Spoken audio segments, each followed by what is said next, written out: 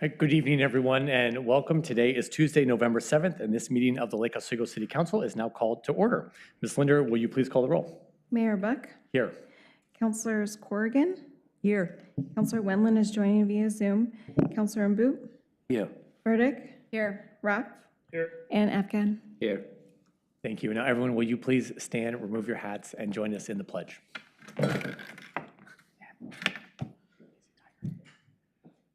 I pledge allegiance to the flag of the United States of America, the republic for which it stands.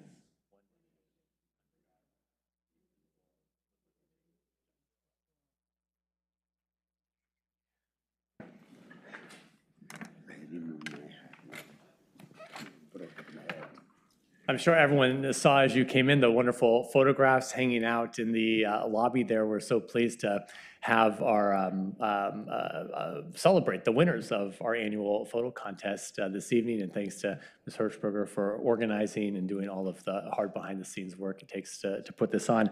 I was impressed to learn that there were over 500 photographs submitted, which is enormous, in 8 categories this year. And we have the categories are life in Lake Oswego, places in Lake Oswego, positive aging, plants and wildlife, pets, digitally altered photographs, and then youth category, and then we have a new category, black and white, new to this year. And so we're so glad to have all of you winners and your families here. And at this time, I would like to invite all the winners to please come forward and gather in the horseshoe here. And Councilor Burdick and I will come out and we're going to celebrate you and look at your pictures. Wow. Thanks, Gary. Yes. Yeah, you can clap for them. Good job. Everyone clap for them. Come on in. There's a few of you, so you're going to crowd in. Hi. It's great to have you all here. Okay. There's a few who aren't able to join us, but we'll go through all the pictures. So, Martin is first. Who's Martin? Martin, please, congratulations. Please come on over here. All right, Martin has 2 first place winners in 2 categories. He won first place for the picture that's up on the screen here. This is Snow Day in Mountain Park, and this took first place in the Life in Lake Oswego category. Martin, congratulations. Tell us a little bit about the photo. Well, you may recall we had a snow day earlier this year. I don't remember exactly when. And because my wife and I live in Mountain Park, and I walk our dog on the trails there almost every day, during the snow, of course, we went out and I saw this scene, and it just reminded me of a Peter Bruegel painting. And many other people have commented that it reminded them also of Peter Bruegel. So I just happened to have my camera, which I take everywhere, and happened to make that picture. So that's what's behind that one. I like that when I zoomed in on this picture, and you can see several of the characters definitely noticed you there taking the picture, and I think that's very funny. They're like, who is this man taking our picture? And then you also won first place in the brand new category, the black and white category, for this photo, Runner Crossing Oswego Creek, which is beautiful. Tell us about this capture. Well, I'm very fond of the Willamette River. I row on the river. And I once had a project to photograph from George Rogers Park looking upriver, and it became known as the River Sessions, and some of the photographs and a video were exhibited at the Art Space Gallery right next door. So I have deep affection for that area, and I just happened to luck out one morning seeing this runner crossing the bridge over Oswego Creek. So it just was fortuitous. And what many people don't know, this is actually Councilor Afghan running away from a council meeting. So little known fact. Little known fact. I know, it was harsh. Well, congratulations. Thank you. Councilor Burdick has your prize. Okay, next, Alexandra. She's out. Oh, she's out. Oh, okay, I'm sorry. Okay, well, we will celebrate Alexandra's photo. Alexandra won second place in the Life in Lake Oswego category for cooling off in LO. And these are her 2 children, Luke and Quinn, at Millennium Plaza Park in what appears to be a very clean fountain, I will say. It looks very good. It looks very good. So congratulations to Alexandra. Christina. Oh, Chris. Oh, Chris. Yes. Hi, good evening. Welcome. So Chris is Christina's husband. We understand that you just added an addition to your family. That's true. And you are here. And I brought her subject. So this is Benjamin, and that's Benjamin in my mom, Nancy Tung's backyard. And we used to be able to swim from mom's yard to our grandparents' yard. So this is third generation Lake Oswego. And yeah, got him just before he got hurt. What do you think of this photograph? I know. You did a great job. Well, congratulations to you all. Congratulations to the family here at Pennsylvania. Ina. Hi, Ina. Ina won first place in the Places in Lake Oswego category for her photograph, Railroad Bridge. It's gorgeous. Tell us about it. Well, I often come down to the river to take sunrise photos just because the light is so nice. And when I was down there one morning, I heard the train whistle. I thought, oh my gosh, we're actually going to see this, because we've been out there kayaking before and see the bridge, but not very often to see the train. So it, in the morning light was really nice. So it was kind of a special shot for me. And it was fun to see it go across over the river. And you're a hobby photographer. I am. How long have you been taking photographs? Oh, well, I think I got my first camera when I was about 8, but actually after retirement and living here full time, I've been able to get out a lot more, so. Well, what I love this is the first two locomotives and the second two, they're facing opposite directions, so it's kind of interesting, like what direction is it going? And it's a great photograph. Really, congratulations to you. Let's give Ina a round of applause.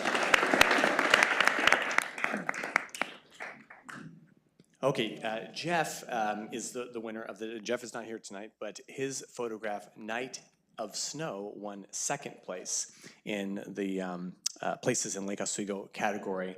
And Jeff also won Birds second place in the black and white category for this really a gorgeous photograph, Birds in Neighborhood. And he also then received an honorable mention for Osprey Nest, right here in the Plants and Wildlife category. Jeff is a 34-year resident of Lake Oswego, and unfortunately he is unable to be here tonight, but is he a past winner as well? No. No, this but is new. he won big. He won big tonight, so good job to Jeff. Okay. Congratulations, Jeff. Okay, Karen. Hi, please come forward, Karen. No, just you. You're the one, Karen. Karen's photograph, Children's Garden at Lusher Farm, took third place in the Places in LO category. This is a very colorful, bright, cheery photograph. Tell us how you captured it. Well, for one, I do love color, and I love going to Lusher Farm. It's wonderful. I spend a lot of time there with my dog, Lexi. She's a little corgi, and I had submitted her picture, too, to you. But no, I love going there. The children's garden was awesome that day with the sunflowers blooming, and I always go at sunset, because when the sun is setting, it's just so nice there. And you're a Westland resident, but you love spending time in Lake Oswego, right? Well, I work in Lake Oswego. I work at Mary's Woods with the elderly and around the community, taking care of the elderly. Well, we appreciate how much you enjoy spending time here. Congratulations on this wonderful photograph. Everyone, let's give Karen a big round of applause. Good job. Mindy. Hi, Mindy. Hi. Mindy, your photograph, Lone Fisherman, won first place in the positive aging category. And we understand that you grew up in Wichita, Kansas. I did. And moved to Oregon in the 70s, and you've been here so long time, since the late 80s. Tell us about this photograph. Well, I have to tell you, I actually submitted one I hoped would win in this category of myself and another senior kayaking. I thought that was better for active aging. Also, we look at it. No, this was a really cold morning and almost nobody was out. There were some intrepid kayakers and this guy and me walking. So I'm always out walking or kayaking. Do you think does he know that you took the photograph? But I do tell people usually if I'm like aiming right at them, I usually. Well, congratulations. People love this photograph. First place. Let's give Mindy a big round of applause. Oh, here, Councilor Verkaiser, prize. Patricia. Hi, Patricia. Come on down. So Patricia won second place in the positive aging category with Randy and Daisy. And is there a little story here, I imagine? It's a Sunday morning picture. The sun comes in just right, and they love to sit in the sun in the morning. And of course, you know both these. Yeah, that's my husband, and Daisy's 12 and a half. She's aging, but we love her. And What did Randy think about winning the positive aging category? well, he wasn't real happy about the category, but We consider 50 plus aging here in Lake Oswego, so don't worry, he's in good company. I wish he were here. Thank you very much. Congratulations. It's a very cute photograph. Laura. Hi, Laura.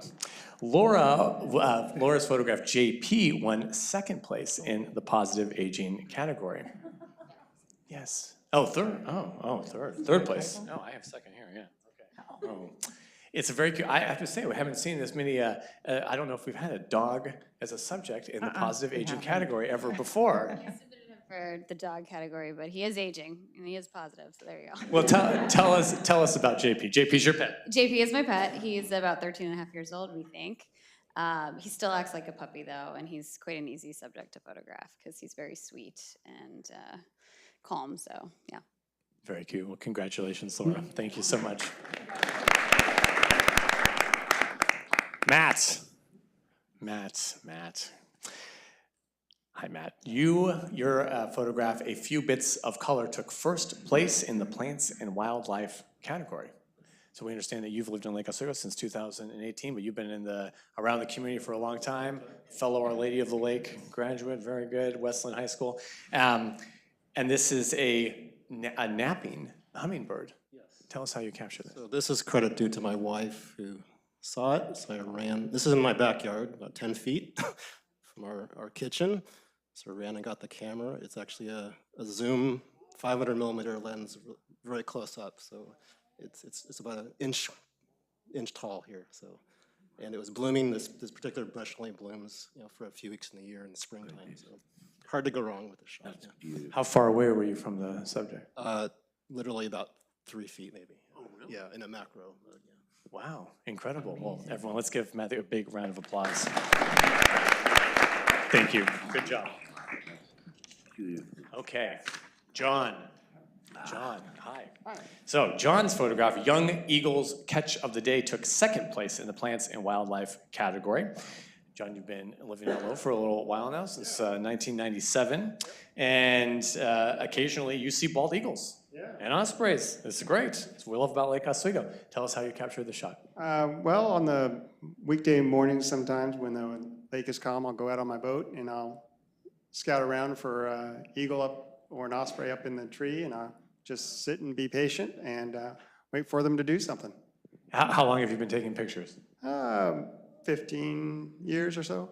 It's incredible capture. And you also won an honorable mention in the new black and white category for your photograph of Dahlia, which is beautiful. Tell us how you took this shot. Well, this is for my wife's garden, and I basically brought it in, and it's a beautiful purple colors, but I thought it might make a good black and white, so I kind of laid it on a black leather chair, took a picture of it, and then turned it to black and white. It's gorgeous. Thank you. Congratulations to you. Let's give John a round of applause. Congratulations. Kip. Hi, how are you doing, ma'am? Your photograph, Little Life on a Leaf, took third place in the Plants and Wildlife category. Do you know what kind of a little frog that is? Pardon me? Do you know what kind of a little frog that is? I have no idea. I was wondering. Very tiny. Tell us how you captured this photograph. Well, I'm a landscaper. I work in gardens, and I always have my phone with the photo capabilities in my pocket. So I came upon him, and I thought he's too cute not to take his picture, and that's how I got him. Wow, well, congratulations. And you've been, you studied horticultural and you're a landscape designer as your occupation. Oh, very good. And how long have you lived in Lake Oswego? 1987. Long time. Well, congratulations. Thank you for submitting the photograph. Before this was here, well, yes. Congratulations, everyone. Let's give Kip a round of applause for the photograph. Good job. Kim. Hi, Kim. Okay, now we get to the pets category, and your photograph, Otter Blending In at Lusher Farm, took first place. You're actually a graduate of Lake Oswego High School. Very cool. Union. Oh, you did? Wow, congratulations. Well, that positive aging category, next year, right? You took this photograph on a hike at Lusher Farm with your 2 dogs. This is Otter, and then you have another dog. I have another dog named Ellie who loves her picture taken, and Otter is so shy that I spend my entire time with him trying to get photographs, and most of them aren't any good. And we got that one at golden hour when the sun was in that perfect place, and it was fall, and the grasses out there kind of matched him. So I snapped it, and he was willing, and there we go.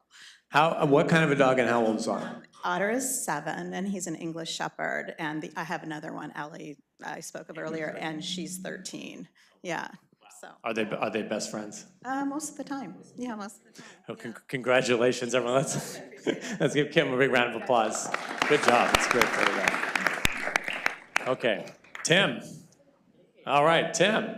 You took second place for your Chewy enjoying George Rogers Park. Such a cute dog. Tell us about Chewy. That's short for Chewbacca, clearly. Just captured in a hike at George Rogers Park. She's just looking so proud of herself with her 2 little fangs out, and yeah. How long have you had her? We rescued her about 4 years ago. Wow. Yeah, she's incredibly cute. What's her favorite, what do you think her favorite park in Lake Oswego is? Ooh, that's tough. Well, probably George Rogers. I mean, that's where we go. She goes kayaking with us too during the summer. Oh, it's very cool. The boat.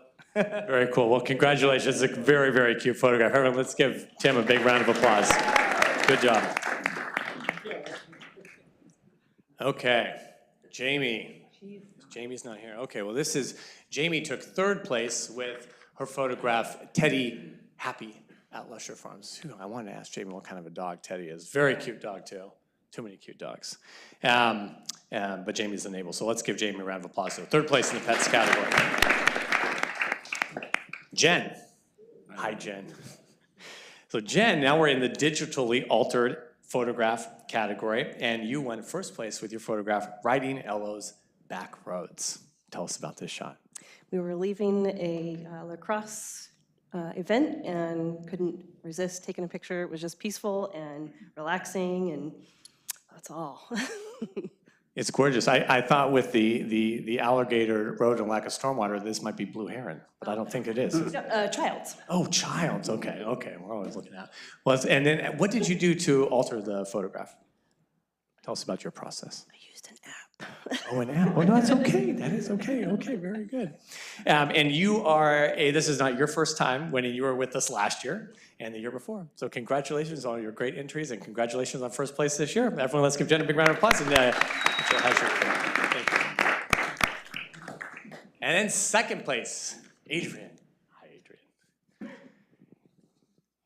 How are you doing? It's good to see you.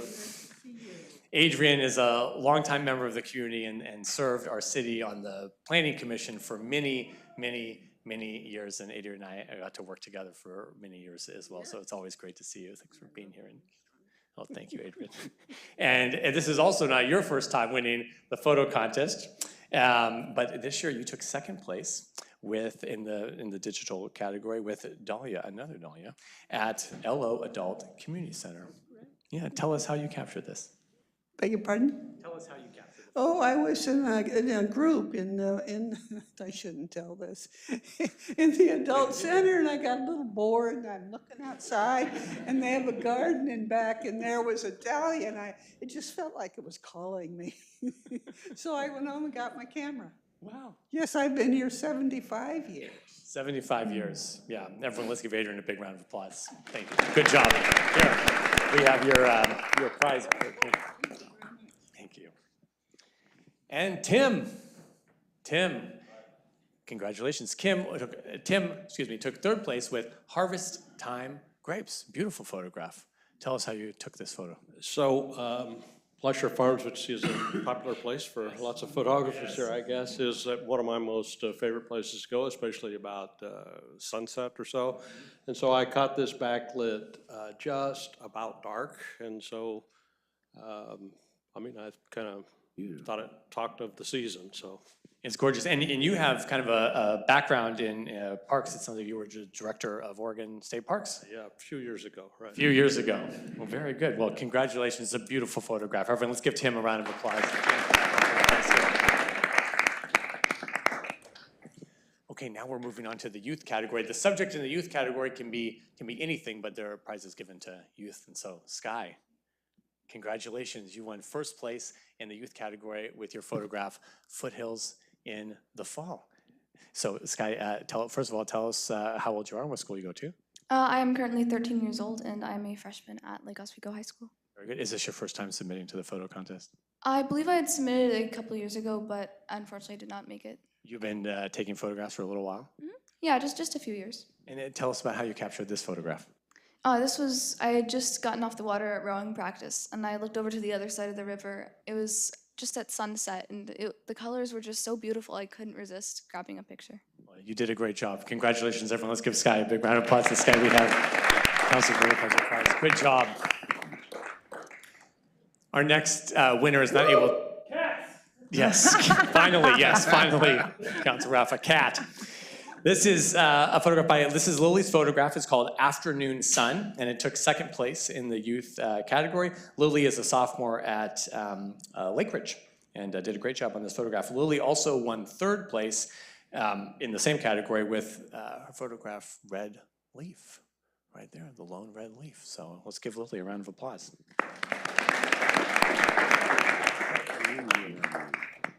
And then our last winner, also not able to be here tonight, this is back to the black and white category. This is third place, called Laker Football. And this is Frank Ha.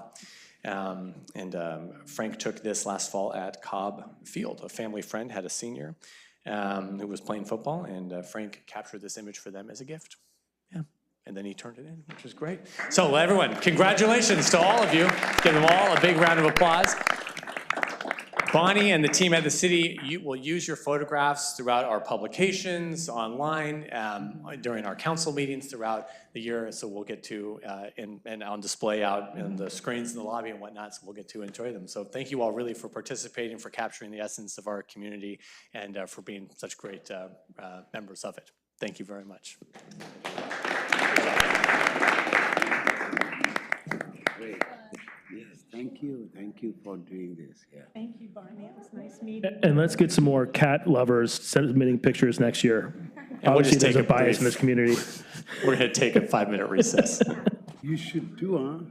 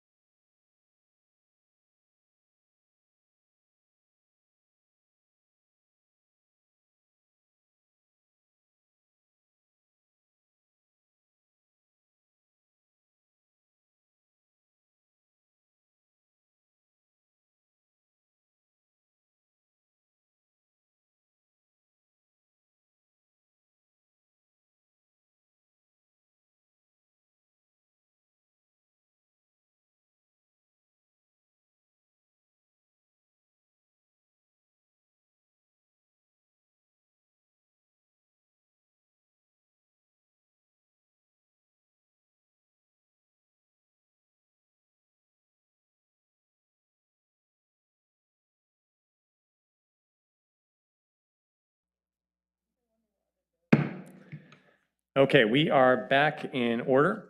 And I just want to give a very special welcome to the members of our Youth Leadership Council who are here tonight observing the meeting and what good civil discourse looks like, right? So we'll keep that in mind. All right, welcome to you all. Glad that you are here. And we are next going to move to public comment. If you're here for public comment and haven't already done so, if you would like to provide public comment, we have these white slips in the back to fill out. But Mr. Halliday, you are first.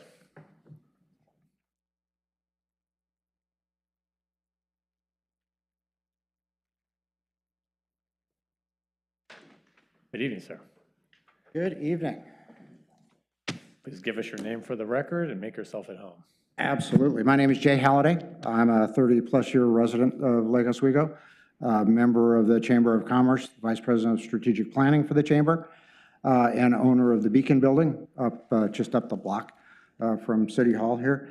I can't believe that Mayor Buck didn't have a lot of pictures peppered in there in the pet category. If any of you are Facebook friends with Mayor Buck, you see his dogs and cats in there, so I was surprised. But anyway, I'm here representing the Lake Oswego Chamber of Commerce, and you were all sent a letter today, and I wanted to read the letter to read it into the record. So, dear Lake Oswego City Council and staff, this letter confirms the Lake Oswego Chamber of Commerce's support for the completion of the North Anchor project as soon as possible. We believe the combination of multifamily and a small format boutique hotel meets the needs of the overall Lake Oswego community. Energizing an underutilized property will benefit the business community near the project as well as businesses located in other parts of the city. Additionally, continuing to build out the city's portfolio of multifamily residences helps make Lake Oswego a more affordable community for families and individuals. Given how well the project suits the community's needs, we've been disappointed that the project has gone through many years of delays. We urge the city and development team to find creative solutions to bring this project to completion as soon as possible. Thank you for the opportunity to provide this input and support. Sincerely, the Lake Oswego Chamber of Commerce Executive Committee.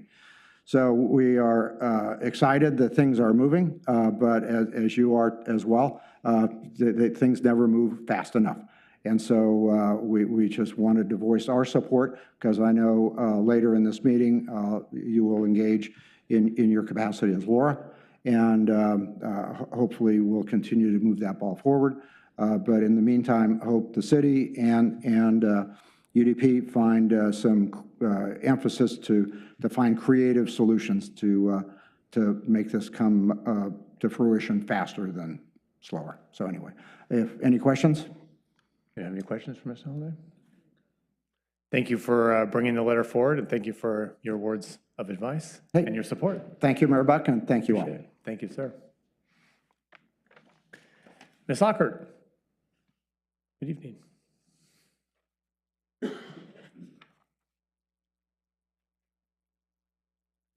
Good evening.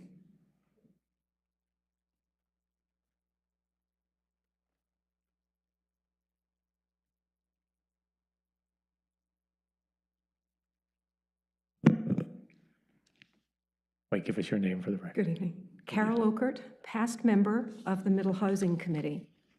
Tonight, staff is seeking initial direction on which strategies the Housing Production Strategy Task Force should analyze in more detail. It may be helpful to note work done by the Middle Housing Committee appointed by Council in 2021, described in staff's memo as a balanced membership of 13 voting members representing a diverse set of interests. Note the representation in the city's Middle Housing Committee, chair of the DRC, representatives of the DEI Committee, 50+, HRAB, Sustainability, Parks, Neighborhood Chairs Committee, the building industry, affordable housing, an architect, a real estate professional, and another member at large. A planning commissioner and council verdict served as non-voting members. From poll questions staff designed, there emerged two overarching recommendations. The first takeaway: provide financial incentives to increase production of middle housing or housing that includes a minimum number of income-restricted affordable units or meets certain accessibility standards. Those financial incentives could be SDC waivers, deferrals, or property tax exemptions. This recommendation had a strong 70% support rate. Staff also explored with the committee the concept of regulatory incentives to increase middle housing production, such as floor area bonus, increased number of units, reduction in setbacks, and reduction in off-street parking. Takeaway number 2, by the same strong 70% margin, the committee said regulatory incentives should not be offered for any middle housing projects. Quoting staff's summary, committee members voiced concern that adjacent neighbors would bear the burden of regulatory incentives that increased bulk, added density, or eliminated parking requirements, and that loosening these zoning requirements could diminish many of the characteristics that residents stated that they valued about their neighborhood during the Neighborhood Character Survey conducted earlier this year. Members also expressed concerns that regulatory incentives could produce less desirable housing than would be produced otherwise, with members noting that low-income residents should be offered the same quality of housing that would be offered with market-rate housing. Please include the City Middle Housing Committee's recommendations on housing production strategies in your discussion this evening. Thank you for the opportunity to speak. Appreciate it. Thanks, Ms. Zucker. We appreciate you bringing those comments and for your service on that committee, too. Thank you. Is there anyone else here who would like to provide public comment? Okay. Seeing none, we're going to move on to the consent agenda. On the consent agenda tonight, just one item: approval of the meeting minutes from September 19th. Is there a motion to adopt the consent agenda? Motion, move to approve the consent agenda. Second. All right. All those in favor say aye. Aye. Aye. Any opposed? Aye. You mean aye, right? Thank you, Councilor Wendland. All right, motion passes 7-0. Okay, we are now going to move to item 8.1, which is a public hearing on Ordinance 2936. This is an ordinance annexing to the City of Lake Oswego one parcel consisting of 0.42 acres at 6117 Washington Court. We will start with a review of the hearing procedure by Ms. Osnek, City Attorney. Thank you, Mayor. Members of the council, now is the time set for a public hearing on Ordinance 2936. This is an ordinance to annex property, and this is a legislative decision within the discretion of City Council. And although this legislative decision is discretionary, it must also comply with other applicable laws, which you will hear about. And in this case, the laws are found in Oregon Revised Statutes Chapter 222, the Metro Code, and the Lake Oswego Comprehensive Plan, as further described in Attachment B. The public hearing process will begin with a presentation by staff. Testimony will then be received from the public. Individuals will be allowed up to 5 minutes. Recognized neighborhood associations, homeowner associations, government agencies, or other incorporated public interest organizations will be allowed up to 10 minutes. The time limit shall not include time taken up by questions from the council or responses to such questions. Any person in attendance may cede his or her time for testimony to another person, but in no case shall any person's testimony be increased to greater than 10 minutes. At this point, I'd like to ask if there are any conflicts of interest and remind you all that ex parte contacts and site visits are not conflicts of interest for the purpose of a legislative hearing. So are there any conflicts of interest? No. No. Seeing none, Councilor Wendland? Hearing none from him, then we're ready for the staff report. Thanks, Ellen. Appreciate it. The subject property is currently under Clackamas County's jurisdiction and is zoned low-density residential. It's designated R7.5 low-density residential in the Lake Oswego Comprehensive Plan and will be zoned as such upon annexation. There are no sensitive lands on the property. Sewer and water. The sanitary sewer is available from the City of Lake Oswego 8-inch collection line in Washington Court along the site frontage. And as far as water is concerned, water is also available along the site frontage in Washington Court as well. Any kind of further requirements associated with future development would be addressed at the pre-app stage under the appropriate codes for planning and engineering. This is an aerial photograph of the property showing the existing single-family dwelling and trees at the west and front of the property. As you can see, they would likely need to demolish the existing single-family dwelling for any kind of future property division. And staff finds that this property is within the urban services boundary. Public services can be provided in a timely, orderly, and efficient manner. And this annexation can be approved. Staff is recommending approval for this annexation. I am open for any questions you may have. Thank you, Mr. Espy. Does anyone have any questions for Mr. Espy? Okay. And with that, we'll then open the public hearing. Is there anyone here who would like to testify on this matter?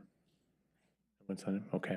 We're going to go ahead and close the public hearing and entertain a motion on ordinance 2936. Anyone? I move to enact ordinance 2936. All right.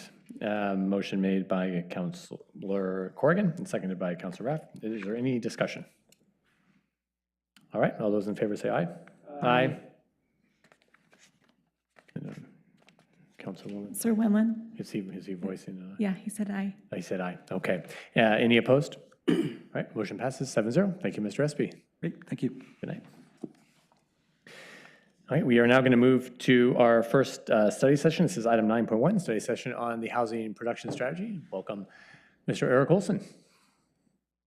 And you have a couple of our friends joining on Zoom. Yes.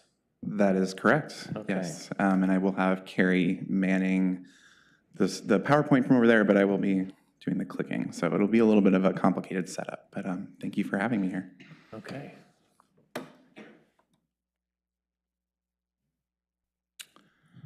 Right, so we're here tonight for our first study session on the housing production strategy. As you know, we recently just adopted the 2023 Housing Needs Analysis, fulfilling the first component of what is required of the city under House Bill 2003. So now we're tasked with determining what actions that the city will take to address those needs through the development of a housing production strategy. I'm joined tonight by representatives from our consultant team who are via Zoom joining us remotely. This includes Matt Hasty, project manager with MIG, and Kate Rogers, senior planner with MIG. So you might not be able to see them at the moment, but they are here. Do you want to say something, Matt and Kate, just to introduce yourselves? Happy to be here. Thanks for having us. I'll just note that I'm the consultant team project manager for this effort, and Kate is really the lead planner on the housing production strategy component of the project. So we'll kind of tag team along with Eric some parts of the presentation tonight. And happy to answer questions as we go through as well. Evening, councilors. I think Matt already introduced me, but it's nice to see everyone. All right, thank you, Matt and Kate. They'll be doing the bulk of the presenting tonight, but I will be doing some of it as well. So just a little bit about what we'll be covering.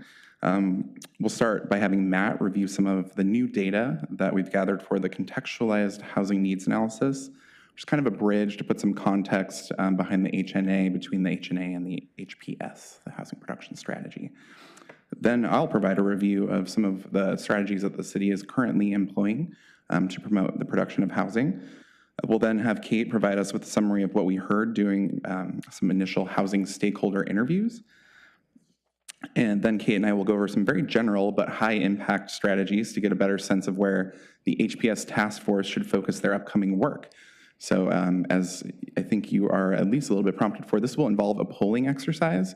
And we're going to be using the Poll Everywhere software. This is similar to what you used with Deputy City Manager Anthony Hooper earlier this year for goal setting. So hoping you have some familiarity with it, but of course, let me know if there are any issues. Hopefully it'll run smoothly, and I'll give you more instructions when we get closer to that polling time. As usual, I'll end the presentation with a brief overview of next steps for the project. We have a lot of slides tonight. We're hoping to move quickly, but 51 slides. So we'll do them as quickly as we can, and really what we really want is to get some input from you on these strategies to know where to focus our efforts moving forward. So I hear you, Councilor Rapp. I heard Ajish. So I note it. Essentially we'll have some open discussion during that housing strategies for council discussion portion of the meeting. So with that said, I'll go ahead and hand it over to Matt to tell us a bit about the initial findings of the contextualized housing needs analysis. Awesome, thank you. Yeah, next slide, please. So the contextualized housing needs assessment is, as Eric said, kind of a bridge between the earlier work we've done for y'all on the housing needs analysis and the housing production strategies component. It's a required component of a housing production strategy. There's some pretty specific requirements in Oregon administrative rules about what it needs to include, what kind of information, what types of populations we need to talk about and address. And so I'm not going to read everything on this slide, but I am going to kind of go through some information related to each of these different types of topics and kind of populations within Lake Oswego and market kind of conditions. So that's what sort of the rest of these slides will be. And as Eric said, I'll go through these pretty quickly. And a number of these slides, you will have seen some fairly similar information in previous presentations about the housing needs analysis. So next one, please. So market conditions, this slide and the next few slides provide some information. And I think, all of it really is showing that housing prices in Lake Oswego are fairly high. Median sales price between $800,000 and $900,000, average over $1 million. But that you also do have, a reasonable percentage are attached units or condominiums, so they're not all kind of your typical single-family detached homes. You'll see this on some of the subsequent slides as well. So next one. So this is just kind of showing you on the left kind of how those different types of housing units are broken out between attached homes and then detached units and condominiums. I think the takeaway from the chart on the right is a really substantial number of housing units sold are the sales prices above $800,000. So kind of consistent with what you saw on the last slide as well. Next one, please. This is just sort of showing how sales price has increased over the last decade or so, leveled off a little bit during the past year, but still increasing, and a fairly significant kind of rate of increase in the couple of years before that. Next one, please. And again, just kind of more on what you saw in some of the earlier slides, but then also translating those housing prices into sort of what people could typically afford. So those housing units that are selling for over $600,000, generally affordable to people earning at least $175,000 per year. If they're spending about 30% of their income on housing, that's well above the median income, median household income in Lake Oswego of $123,000. And we'll have another slide or two that kind of highlights this as well. Next slide, please. Rental housing, effective average rent in Lake Oswego of about $2,000 per month. Been seeing an increase in rental rates as well. And it's been higher than what you've seen in terms of inflation. So it's escalating more than sort of general cost of living. Did kind of peak in 2022. So in the past year, didn't continue to see an increase there. Next slide, please. That's just kind of showing you both the trend in the increase in rental rates, and you see that kind of slight dip during the past year, but a pretty solid increase in the several years before that.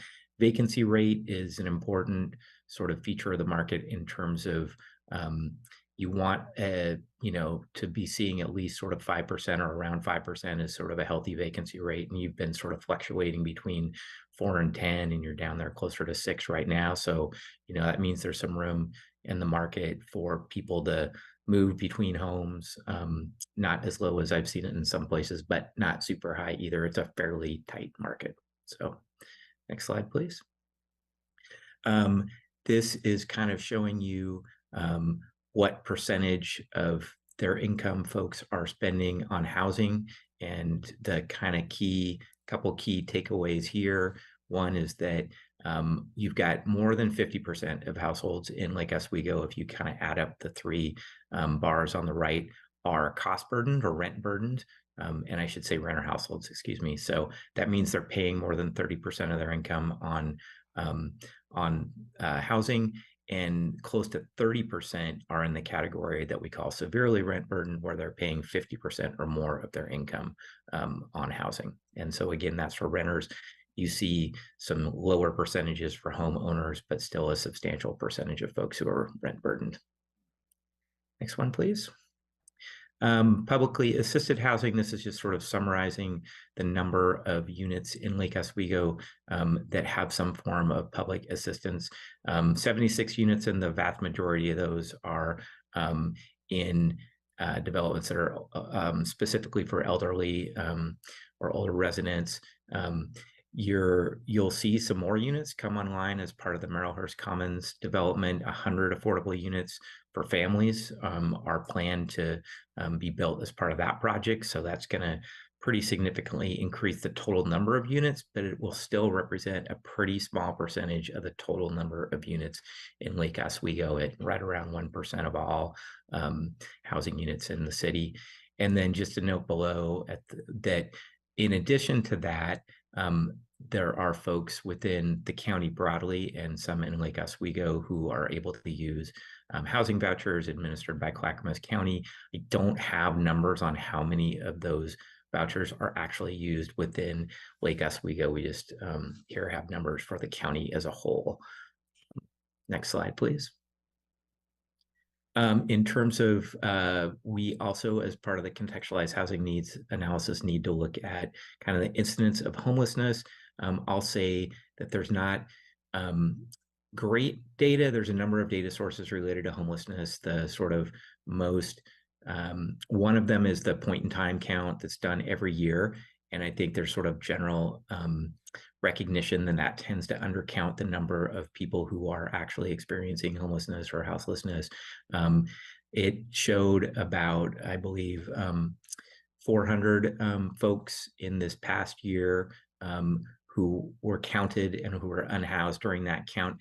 That is showing a decrease from the previous year. I don't have great answers to sort of the nature or the reasons behind that decrease over that 1 year.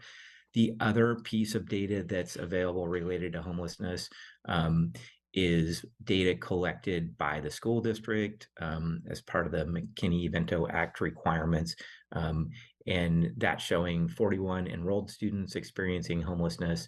And I'll just say, in terms of the undercount, you know, it tends not to account folks who are sort of doubled up or couch surfing or things like that, who just aren't present during the counts. So that's a note on that. Next slide, please.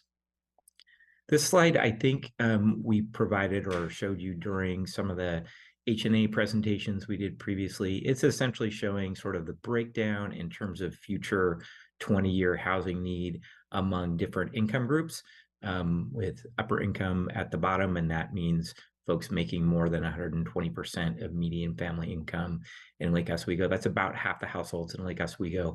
And then you've got about 36% total that are in the extremely low, very low, and low income categories. So that's a large percentage of future households in those categories that, you know, need housing that's affordable to them. And as you've seen in the earlier slides, they're going to have a difficult time finding housing that is in the you know, price and rental ranges that's going to meet their needs and not cause them also to be rent burdened or severely rent burdened. Next one. One of the things we look at as part of this document is kind of diversity and populations within ethnic minorities. This is kind of showing those trends and comparing those numbers in 2020 and 2010. So you are seeing an increase in ethnic diversity in Lake Oswego. Over that last 10 years, the percentage of white population has gone from 90% down to about 80%. So you are seeing that change, that shift, and an increase, particularly in the percentage of folks who identify as 2 or more races or Hispanic or Latino ethnicity. So note that. I'll also just note, you know, briefly that on average, non-white groups tend to have larger average household sizes, and they tend to have lower home ownership rates. So when you sort of think about the needs of folks in those groups, you want to think about ways to help increase the ability or chance for home ownership as a way to accumulate wealth over time and across generations. So that's an important thing we tend to talk about in these studies. Next one. And then we also look at folks who have disabilities. So in Lake Oswego, you've got about 8% of the population in total. I believe this is from the 2020 census or the latest American Community Survey data. About 8% report some kind of disability, and a number of folks have multiple disabilities. So the sort of bars below the top one are not additive because you have some folks who might have both a self-care disability and an ambulatory difficulty, but about 8% of the total population reports some type of disability. Next slide. And I think this might be my last data slide. So we also include information in the contextualized housing needs analysis on veterans. Veterans tend to face additional obstacles or barriers in terms of acquiring housing or maintaining stable housing. They represent about 6% of the adult population in Lake Oswego. A substantial percentage of them are over 65 years of age. On average, they have a lower incidence of poverty than the population as a whole, but a large percentage of them also have some sort of disability, so 21%, and that's in comparison to 8% of the entire population. So this is the group that, again, faces more challenges in terms of finding housing that's going to meet their needs.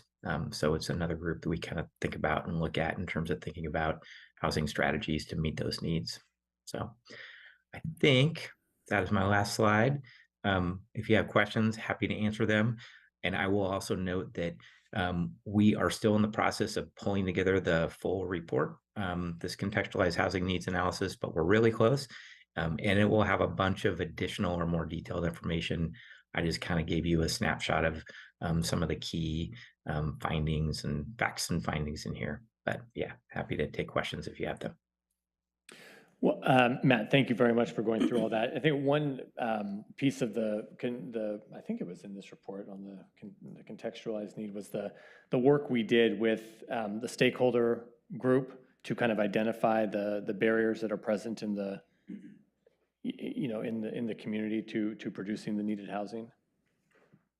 Yeah, and Kate's going to talk about that in just a little bit. Oh, she is. Okay, we'll Yeah. save it. Yeah, that's just sort of the data portion, if you will. So we will cover that in a moment. But if there are any questions about those last few slides, I'm happy to take them. Councilor. Slide 15.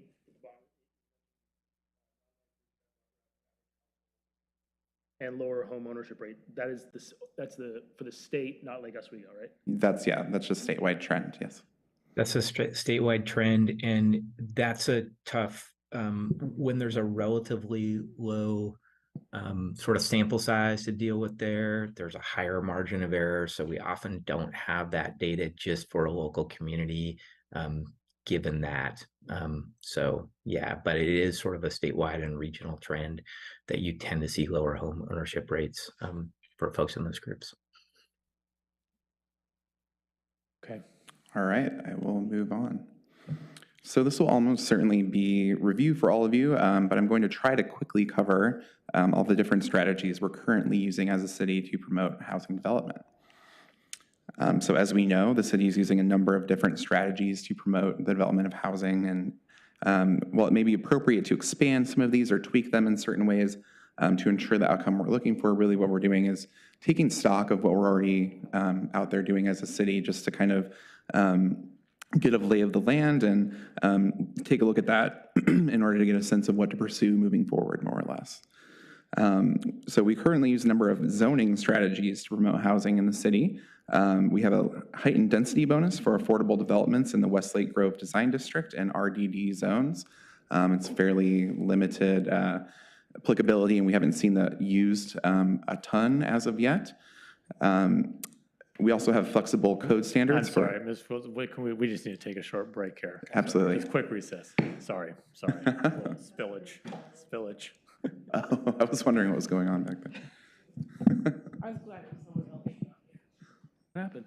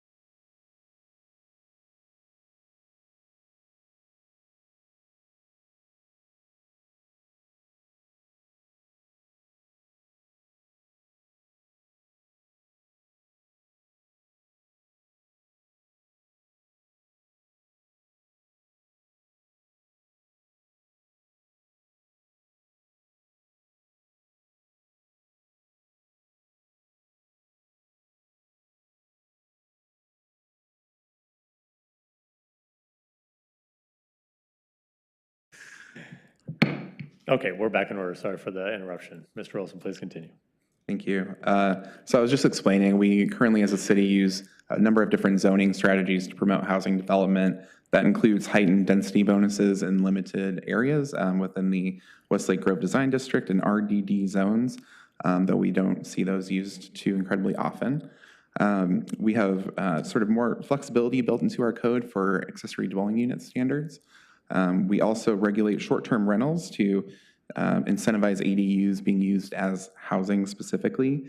So we require that a short-term rental is a home occupation where the resident lives on the lot. And we also do not permit short-term rentals in ADUs if they have received an SDC waiver, which I will talk to you about in just a moment. But essentially, we're ensuring that the ADUs that receive that benefit in terms of the SDC waiver do not get used for short-term rental purposes. You're dissuading SDRs to take more longer-term options. That's right. Yeah, essentially we regulate them such that we wouldn't incentivize those types of uses, if that makes sense. Yep, thanks. We've also mapped sort of mandatory inclusionary affordable housing zoning at Merrillhurst Commons and the Boones Ferry construction staging sites. This is really more of a site-by-site approach. It's not really something we mapped on a large scale on a zoning district-wide basis to just incentivize developments. These are instances where we already knew that a developer was interested in providing affordable housing. So per state requirements, we're not enforcing any parking requirements within a half mile of bus line number 35. This reduces at least one regulatory impediment to housing. In terms of financial incentives, we are also doing a few things there. The city has a practice of expediting permitting for deed-restricted affordable housing units. And we also waive SDCs and development review fees to promote affordable housing. So generally we do waive SDCs and those development review fees for income-restricted affordable units, 80% or less of AMI, and for accessory dwelling units. Again, those that aren't being used as short-term rentals. So the city has in total exempted about $388,000 in SDCs for ADUs since 2019, and that's looked like 18 or so developments that have utilized this particular incentive, ADUs, specifically 18 ADUs. All right, so we also use financial resources, including the use of urban renewal funding to support housing development, for instance, with the North Anchor site. We don't have any tax abatement or exemption programs currently, but of course, as you all know, we are going to have a hearing about a proposed vertical housing development zone pilot program. So that will be something that will also apply to the properties at North Anchor. So we're kind of dipping our toes into that particular field here, or potentially at least exploring it. We also currently use several kind of land acquisition, lease, and partnership type strategies. We use surplus city-owned land or land banking for affordable housing for vacant or underutilized sites. Most recently, the 1.4 acre construction staging property for the Boones Ferry Road Improvement Project. So that site will be used to create, it's actually 55 units of deed-restricted affordable housing using Metro Affordable Housing Bond funds. We've also established informal kind of public-private partnerships with organizations such as Mercy Housing Northwest and Habitat for Humanity to promote housing. We've converted underperforming commercial assets into housing for instance, with LORA's acquisition of North Anchor and those properties to convert those commercial properties into a mixed-use development with affordable and market-rate housing. We've also utilized surplus land owned by faith-based organizations to produce housing, as we've done with our collaborative work with the Sisters of the Holy Names at the former Merrillhurst campus, or Merrillhurst Commons. So this resulted in an agreement to produce, as we've already discussed, about 100 affordable units at that site. I'm happy to take questions about this. I'm assuming this is the area where you're more versed, so I can just move it forward as well, give it over to Kate, but I'll just pause really quickly and address any questions if you have them.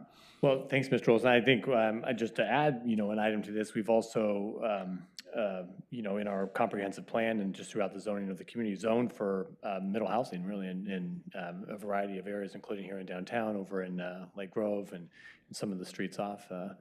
We were doing middle housing. Yeah, we should take credit for that. And there's a list of more strategies that we're employing as a city as well in the contextualized housing needs assessment. So that will be a little bit more robust version of the list. But yeah, that's absolutely relevant to point out. We're allowing middle housing and broadly within the city. Any other questions or comments? Councilor Afghan. Thank you, Mr. Olson. As I look at these categories, I'm projecting what comes next, where you're going to poll us for different topics. Are we in support or not, or maybe? What goes through my mind is that most of these topics are situational for me. And I can ask 500 questions in each one of these categories, but it doesn't really serve the purpose of what we're trying to do. So when I listened to what Carol was saying, it made sense to me that regulatory shouldn't be an exception because we have X, Y, and Z. Having said that, as I was listening to what you were saying, is that, well, regulatory could make sense where we don't have a whole lot of residential neighbors next to what we would exempt from the requirements or give them more lenience. And that made sense to me. So what's coming up next, it's like I'm trying to figure out what are you asking us next to give you input. Are we for it? Are we against it or not? So that's, I wanted to qualify that before we started giving you feedback. Like financial incentive for regular houses, absolutely not. For big mansions, absolutely not. Right. For middle housing, let's talk about it. For affordable housing, definitely. That's how I look at things. So black and white, if we're going to give you feedback, that's going to be a little tough for me. Well, yeah, that's really a very early phase of this project where we have to think very broadly about strategies. And we have a lot more opportunity to kind of shape these strategies moving forward. So what you're specifically talking about with where we're targeting, you know, these are tools, right? So they're not tools that are set in stone exactly what the conditions of their use would be. So as your example of maybe regulatory incentives make sense for affordable housing or things that aren't big McMansions, that is absolutely something that we can include in our discussions moving forward. We're not here to make decisions specifically about every single sort of component of the project, more just the tools at large and whether or not we think that they could be used and shaped in a way that would be helpful to meet our needs. So it is an early discussion point. We wanted to come to you relatively early in this process to get that feedback, and I will have more kind of prompting when we get closer to that and explain that in more detail. But it should really keep in mind that we have a lot of opportunity to shape these in specific ways to promote the housing that we need as a city. Of course, we know that we need units in a variety of different, middle or both low density, mid density, and high density units. It's kind of evenly distributed our needs across the board. But that doesn't mean that we can't really target these strategies to meet the needs that we think are the most or the highest priority, if that makes sense. It does make sense, but I want to repeat this part of it, that I'm not for regulatory incentives for anybody, because what's fair is fair for everybody. Now the question becomes, can we make an exception in certain cases that does not impact other people? Then I'm open to it. But if it's going to be exception for middle housing, regardless of what kind of middle housing that is, that doesn't make sense to me. So understandable. And I think really what we're looking at is how appropriate is this tool to meet that need? Does that, considering that you have these concerns about adjacency and potential sort of impacts on neighbors, are regulatory incentives something that you think are the best kind of tool to get the outcome that you're looking for? So again, we can kind of shape those in different ways to make sure that they're only going to incentivize affordable, units or whatever exactly, low-income units, even if they're not quote-unquote affordable. I think we would assume that any of these tools could kind of be targeted to meet those needs, and that we're going to have to do that to a certain degree. I don't think that there's a need in this city to target the construction of large homes and sort of incentivize that. So that's really not the direction that I think we would be going with these regulatory incentives. So you can make certain assumptions, but still we're really just kind of thinking really broadly about these tools and knowing that this is a tool. If when we're talking about regulatory incentives, it's a tool that involves changes to the physical sort of mass of a property in order to incentivize the development we're looking for. Is that something you're comfortable with? So, and let me say again, you're not making any decisions tonight. You're going to be providing some high-level guidance to the Housing Production Task Force and under broad categories. And underneath each one of these broad categories, there are literally dozens of options. So I wouldn't want any of you to make a sweeping statement like, I'm completely not interested in X, because there might be 20 different things in X. And I will also tell you that our code has incredible regulatory complexity within it. So it might not be as much as regulatory relief as it is maybe regulatory simplification. Because if you're a developer trying to navigate our code, and we've got different codes in different neighborhoods, you have a struggle. So I guess where I'm going with you is I hear what you're saying. Not every tool is going to work in every circumstance, but not every tool is just a single. A lot of tools they got multi-use. They're Leatherman, to use a word, as opposed to just a hammer. So, and again, tonight, high-level guidance about which of these policy areas are you most interested in, not what am I committing to agree to when this thing is done? Right. Yeah, that's why we're coming out right now. This is the first study session and just trying to get a general sense of what your interests are. Yeah, and I think, it'll certainly be important to think about ways that we can shape them specifically to produce what we want moving forward, but that will be a separate discussion. Really, we have a large list of strategies and we're trying to chunk them out into manageable bits and have that discussion right now. So, yeah, I mean, that's not to say that your input is not welcome, but in terms of, I wouldn't assume that, that these strategies would be used to create large single-family homes, if that makes sense. Like, these are all going to be used to sort of target our needs. It's just those specifics are a later discussion that we'll have to do once we know where to kind of focus. Mr. Olson, my challenge right now is that when I looked at this strategy, they all made sense to me. Having said that, the opposite of it is also true, that in certain cases they would work, in certain cases they would not work. So tonight, I'm going to support all of them, right? But at the same time, the regulatory exceptions, that the examples that you have here, that adds another floor to the building, that would make sense if it goes inside the rafters and the building height doesn't change. So more power to you. Build more square foot inside your enclosure. But if it goes above one more floor and the building heights change in a neighborhood where you have these single story houses, that's not fair to the existing residences. So those are the type of things that's going through my mind as you're talking about different topics. No, Thank you. Yeah, that is good. Tonight is an amuse-bouche, of the housing production strategy, and then we'll get into the main course, further down the road. I think it was helpful what the, DLCD, when they look at our strategy, the two words they used were appropriateness and adequacy, because we got to remember this whole strategy is not just do what we want and it's going to be fine. It's, it needs to be reviewed at the agency level, and is what we're doing appropriate given the need that's been identified and where the gaps are between what the need is and what the market's providing, and then is what we're doing adequate, to address it. And I thought that was kind of helpful to keep in mind. It's an amuse-bouche.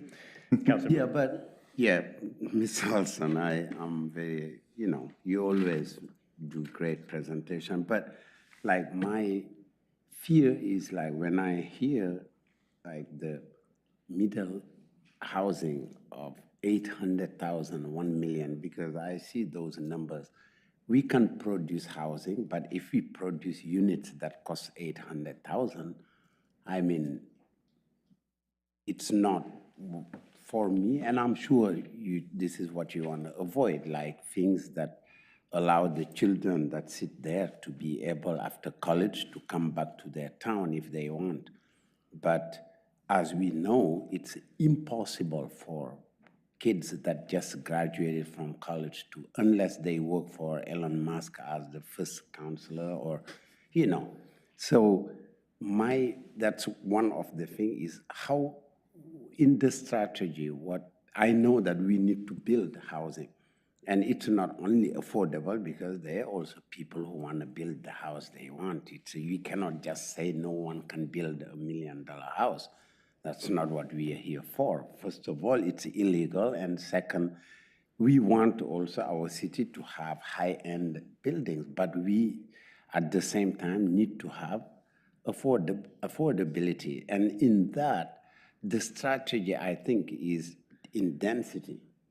Okay. So I'm going to suggest you guys finish the, I mean, you're starting to deliberate, and I think you need to finish the presentation before. No, I hear what you're saying. Yeah. And I do think that that's actually, and the different points of view on how much the city should or shouldn't intervene in the housing market is kind of what we're trying to get you to converse about today, because that's what we're really talking about is market interventions, right?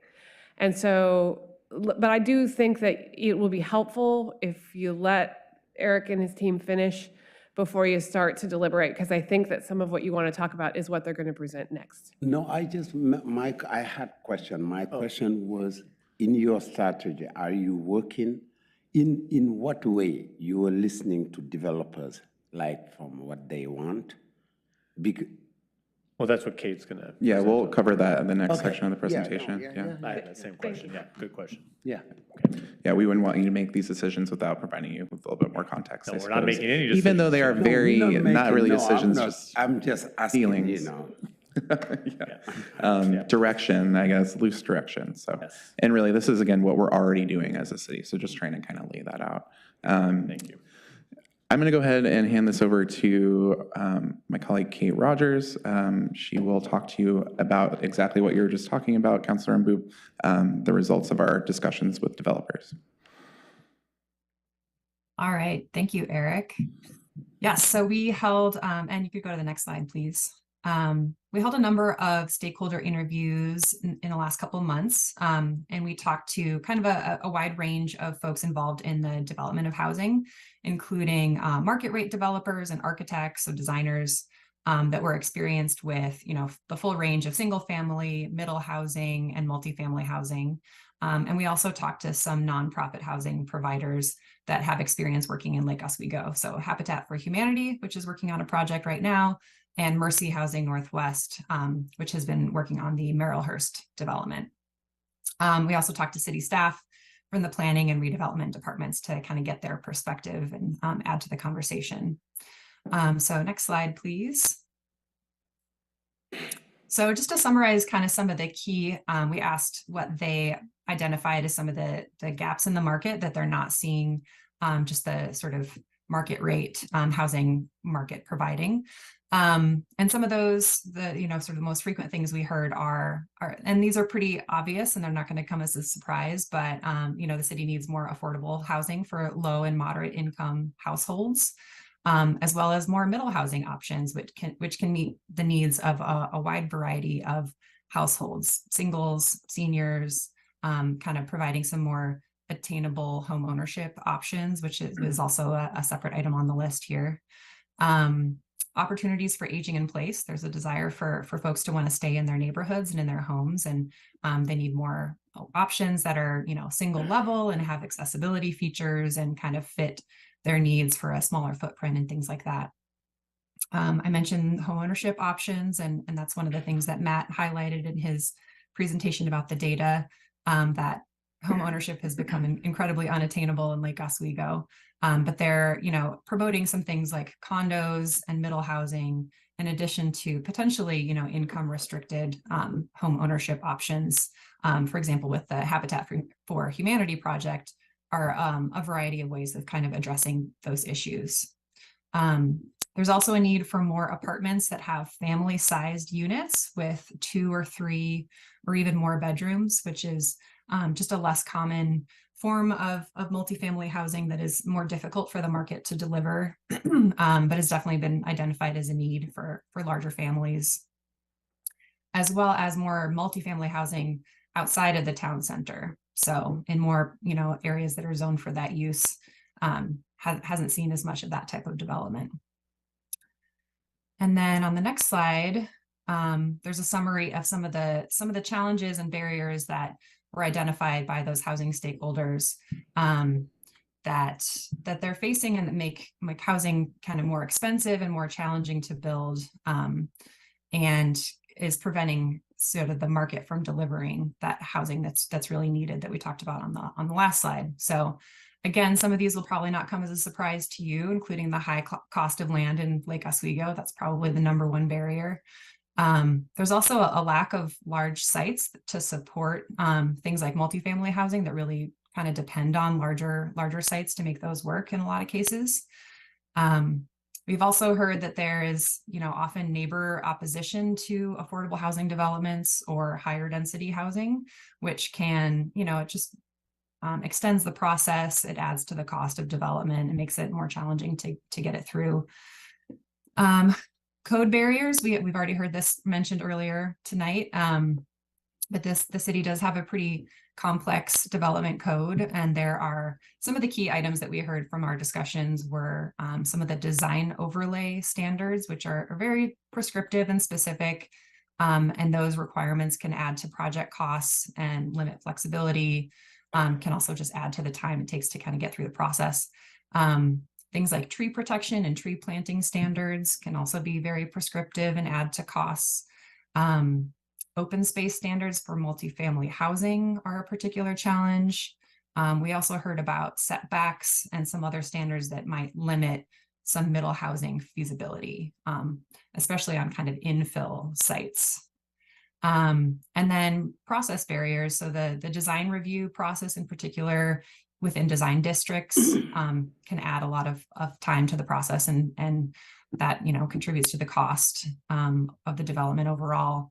The building permit review process we heard can also be kind of slow, and projects, because of the kind of very prescriptive standards, applicants often need to request a lot of variances, which lengthens the process, kind of opens it up to some more uncertainty in the process. And then public improvements, so improvements to things like roads and other infrastructure, can also be extremely costly, and that just because make housing even more challenging to build. So those are kind of some of the key things we heard from stakeholders. Are there any questions about any of those things? Yes, thank you, Kate. Councilor Afghan. What was your test sample or survey sample? How many people, and what was the make of it? I wouldn't exactly call it a survey. This was a limited set of stakeholder interviews. So we talked to, I think, 7 or 8 different folks, and we talked to, I think, 4 or 5 different market rate developers that are building single family housing, and I mentioned the types of housing they're involved in. I think city staff might be able to give you the list of folks that we talked to. We talked to a couple different nonprofit developers, and then we talked to city staff as well. So it wasn't a survey of all the developers in the city, but from what we've heard from staff, these concerns that came up in the stakeholder interviews are pretty consistent from what they've been hearing kind of generally from the development community. I'm a little challenged when I read tree protection, tree planting, and landscape standards. It's or building permit review can also be slow. I'm taking all of this information, not necessarily agreeing with what being said. Thank you. Thank you, Councilor Afghan. Any other questions? No, yeah, that was my, okay. Well, I'm glad that you talked to developers. Maybe 4 is maybe very slow, low number. Maybe we can talk to more people to have.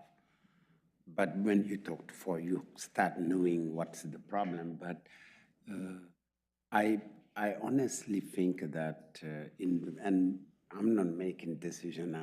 I think we need to. Lake Oswego need to be more attractive to people coming to build. There's some impediments that I think I would still consider that we don't need to have people come and cut the trees easily like those. If I agree with you that it's not the problem, but we need, for example, to staff our planning department and staff our building department, like recruit more people so that when you bring things, we are now at 8 weeks delay. You want to build something, you have to wait 8 weeks to have a permit. It was 14 weeks at some time. I think those are, for a developer, it can be very discouraging, you know, and it's not the fault of our workers, it's because there's not many. We need to have more people. I think in here, that's what I also wanted to see, like the staffing at City Hall. In your... As a strategy. Yeah, in the strategies that we need to have more people working on the ground. We can bring that up as a new idea. Okay, yeah. So please put it as a new idea second. So yeah, and yeah, I really like Mr. Olson, the work you are doing in here. When I see it, I just have some hope that we are gonna solve the problem here.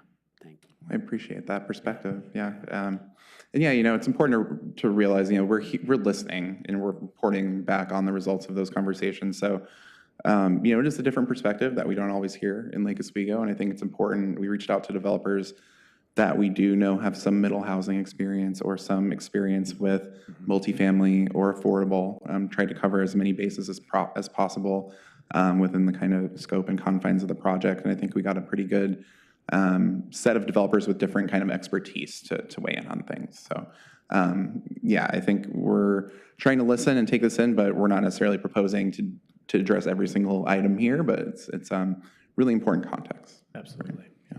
Good questions. Thank you. Councilor Raff.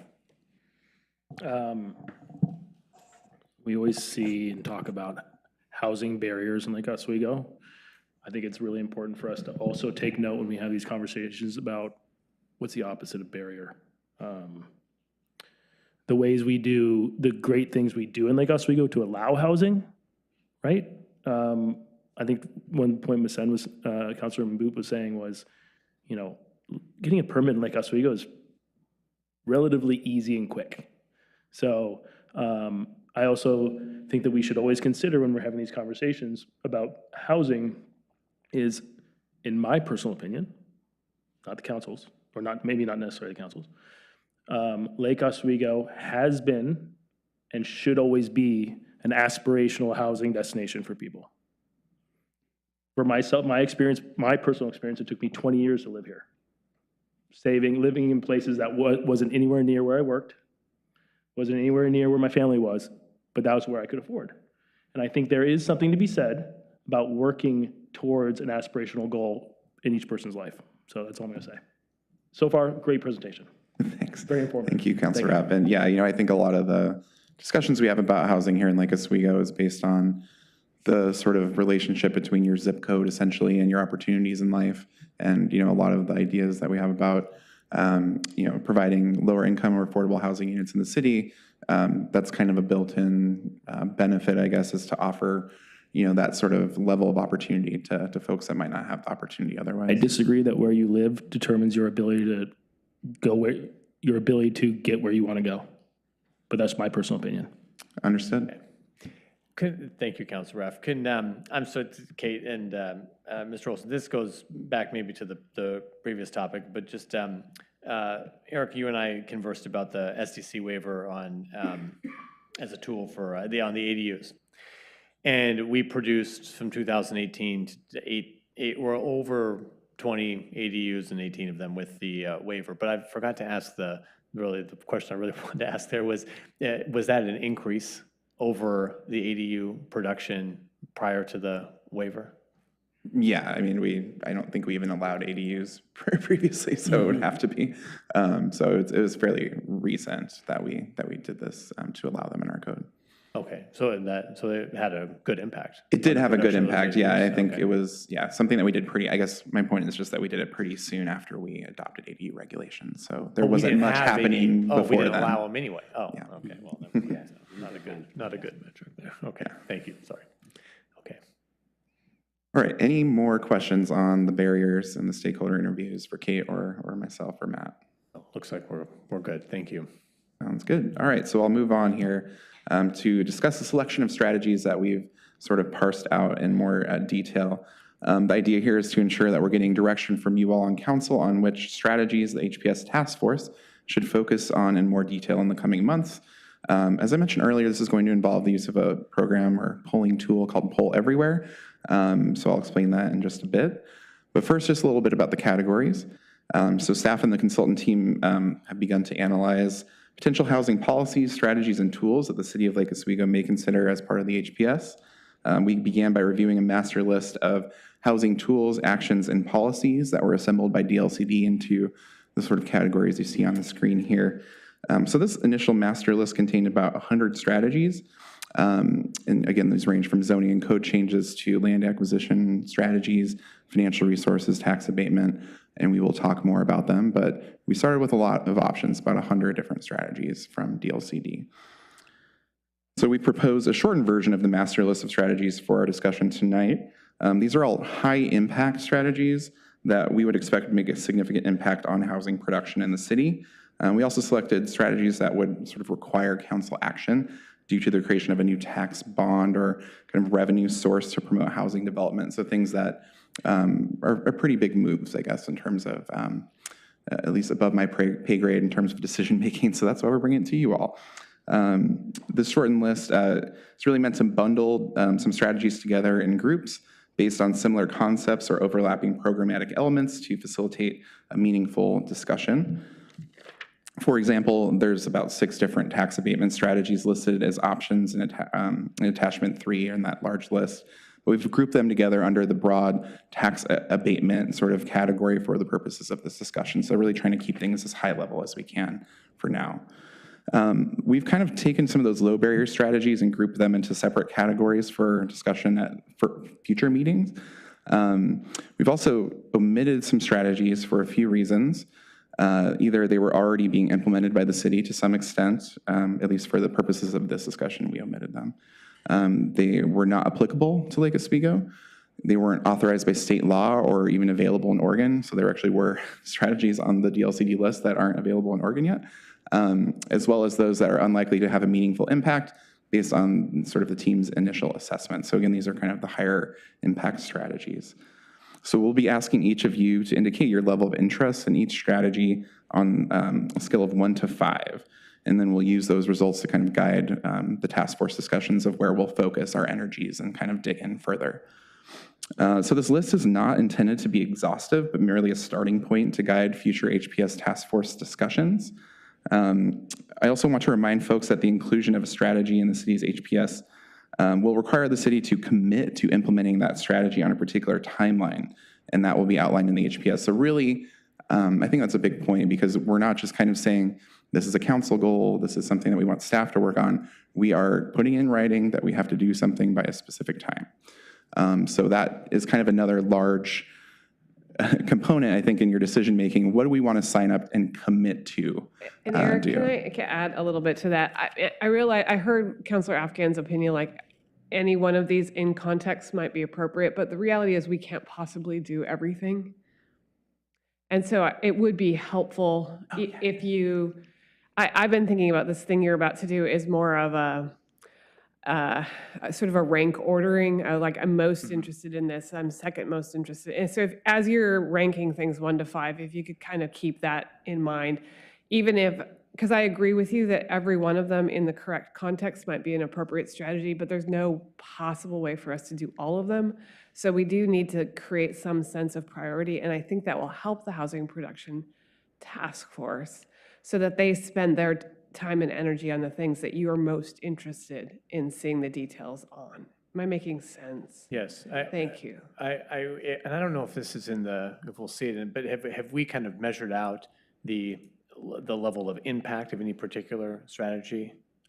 These are all ones that we assume will have a high impact, so it's not equally. And some of them would have a range of impacts depending on how far you take them. So for example, if you were to say you wanted to do a geo bond, and I'm by no means arguing that, the number of units you could produce would probably depend on the size of the bond that you were to put to the voters. So, yes, these are all the high impact ones, but by no means do we know yet how much of that gap you can close with each of them, because you'll have ranges even within each of those strategies for how far you want to take it.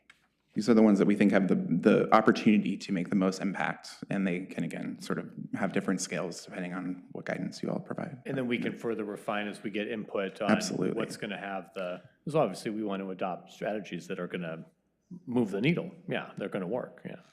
Yeah, and we want to adopt strategies that are, that we feel comfortable with as well. So I think that's really kind of what we want to start talking about with you all today. I just point out, some strategies might be a good idea for the city to pursue on kind of our own timeline, not through these commitments on the HPS. So just keep in mind, we're really asking, what do you think we should focus on for the HPS work? All right, so we will be using Poll Everywhere. Mayor, can I ask a question?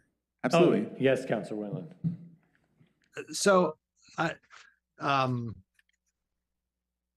when you talk things like financial strategies, we don't have any money, and so really it would only be a general obligation bond. Is that correct? I mean, well, are they asking for local jurisdictions to come up with financial incentives when we can't? I mean, right now we don't even have any money to do priorities that the citizens have told us they want. So why would we even want to venture into a strategy like that when we have no money? I never tell people we have no money. What we have is we have money that we're spending on existing program and services. And so if you're interested in examining whether or not you want to redirect funds from existing program into new program, then you would rank that high. If you think we pretty much have our current financial expenditures sort of aligned in the correct way, then you would rank that lower. And I agree with you also, Counselor, that we have, you've heard me say it before, tens and hundreds of millions of dollars of unfunded capital projects. So this would then have to compete with those other needs. I'm not telling you what to do. I'm just telling you that it's not that we have no money, it's that the money we currently have is committed to existing program. Right. And in the strategy of us committing ourselves because we'll be on the hook, I read somewhere this week that like the metro tax is going to collect over $1 billion more than what they anticipated for the 10-year cycle that is on. Do we have the ability to put that into our financial calculus?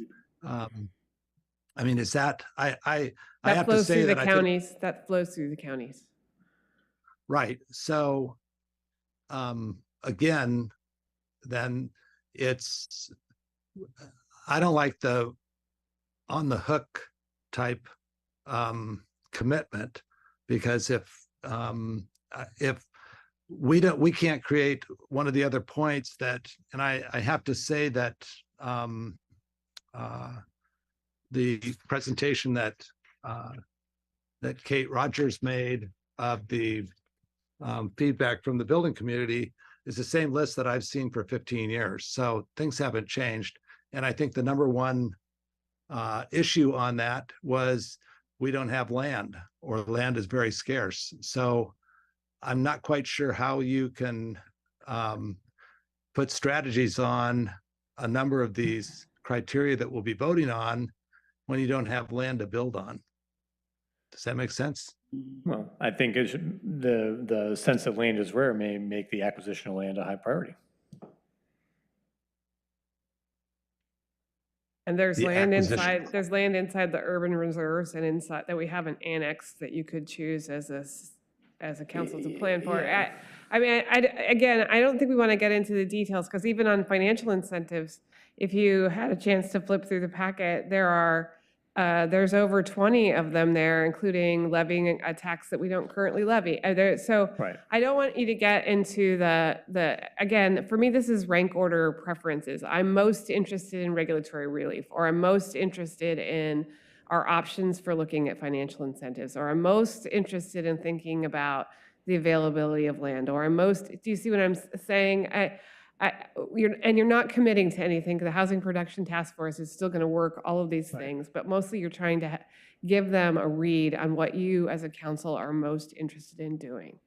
Because again, these are all interventions in the market, right? And so that's what you're trying to figure out where you're interested in being. Well, really, a lot of it is nothing new, to us either. We, going through the list, we have a lot of these to some degree already, and are offering, providing tax incentive is something that we're doing right now, with at least talking about for the North Anchor project.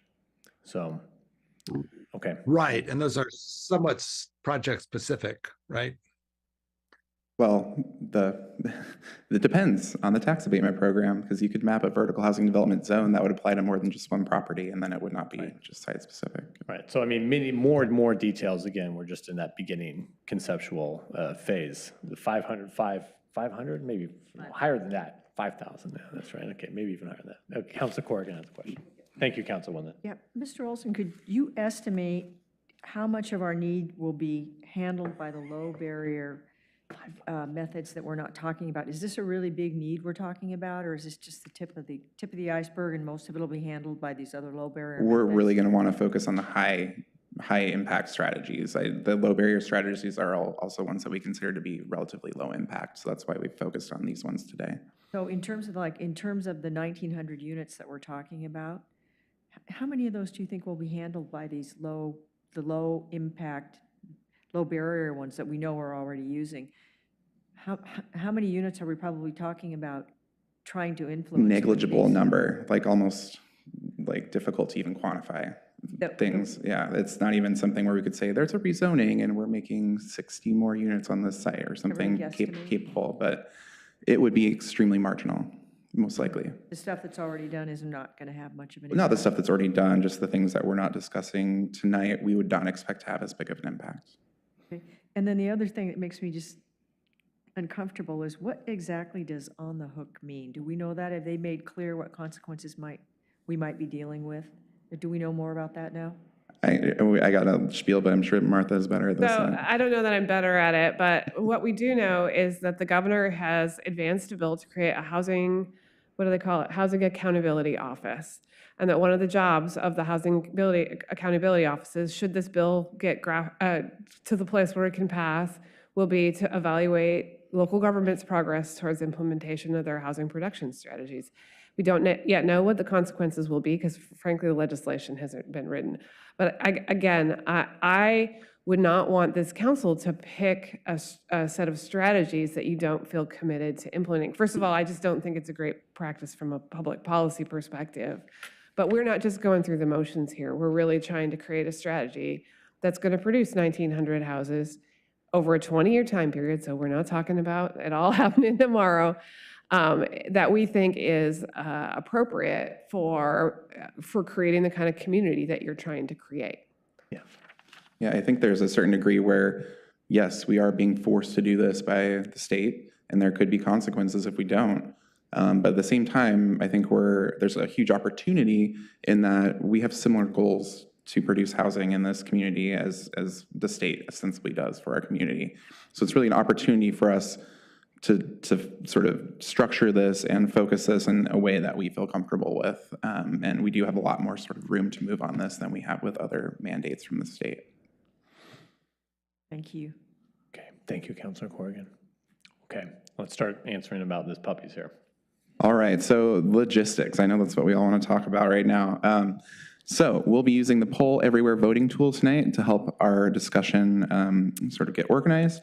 The idea is to use this tool essentially to get a sense for where the task force should focus their efforts. Director Numanoglu just handed out some instructions to you all on how to utilize this software. So on the instructions, you'll see that there's a URL that you'll need to enter into your personal device. Is everyone into this thing? Do folks have a personal device? Yeah, with them? Everyone? We're all in. I think I would not expect anything otherwise. So I think you're all ready. You're on there, okay. So there's a URL you'll have to enter, then you'll have a prompt to enter your name, and then I'll activate the questions when it's time to get your decisions or to get a sense of where you'd like to have the task force focus. The voting results will then appear on the screen in real time. And there's also some instructions about how to undo your vote if you have second thoughts or push the wrong thing. So I would just remind you, please don't deliberate by texting. We want to have this be an open discussion and really facilitate that to be fluid. And as with all council meetings, we'll record this meeting and upload it to YouTube for viewing later. So I do have a sample question to just kind of get us familiar with this tool. Oops, I need to unlock this, Carrie. I'm not sure how to do that. We know how Councilor Rapp will vote. Yes, too easy. Yeah, we know. Too easy. No. That's a great I think it was a giveaway early in the meeting how Councilor Rapp is going to vote. All right, so I got the controversial topics up front just to get it all out there. The question is, how do you feel about puppies? All right, I have activated that question, and we have some potential responses here. So pick what you want, I guess, what answer feels best to you. I'll go through the options. Either you can choose, I support puppies. I'd rather adopt an older dog from the Humane Society. Sure, they're cute now, but what about when they grow up? I'm just too busy to train a puppy, or I'm a cat person. Those are your options. Oh, wow. Ooh, lots of puppy support among this crowd. One person. Wow. Looks like we have 6 responses. Is there somebody that's still deliberating here? Okay, I see.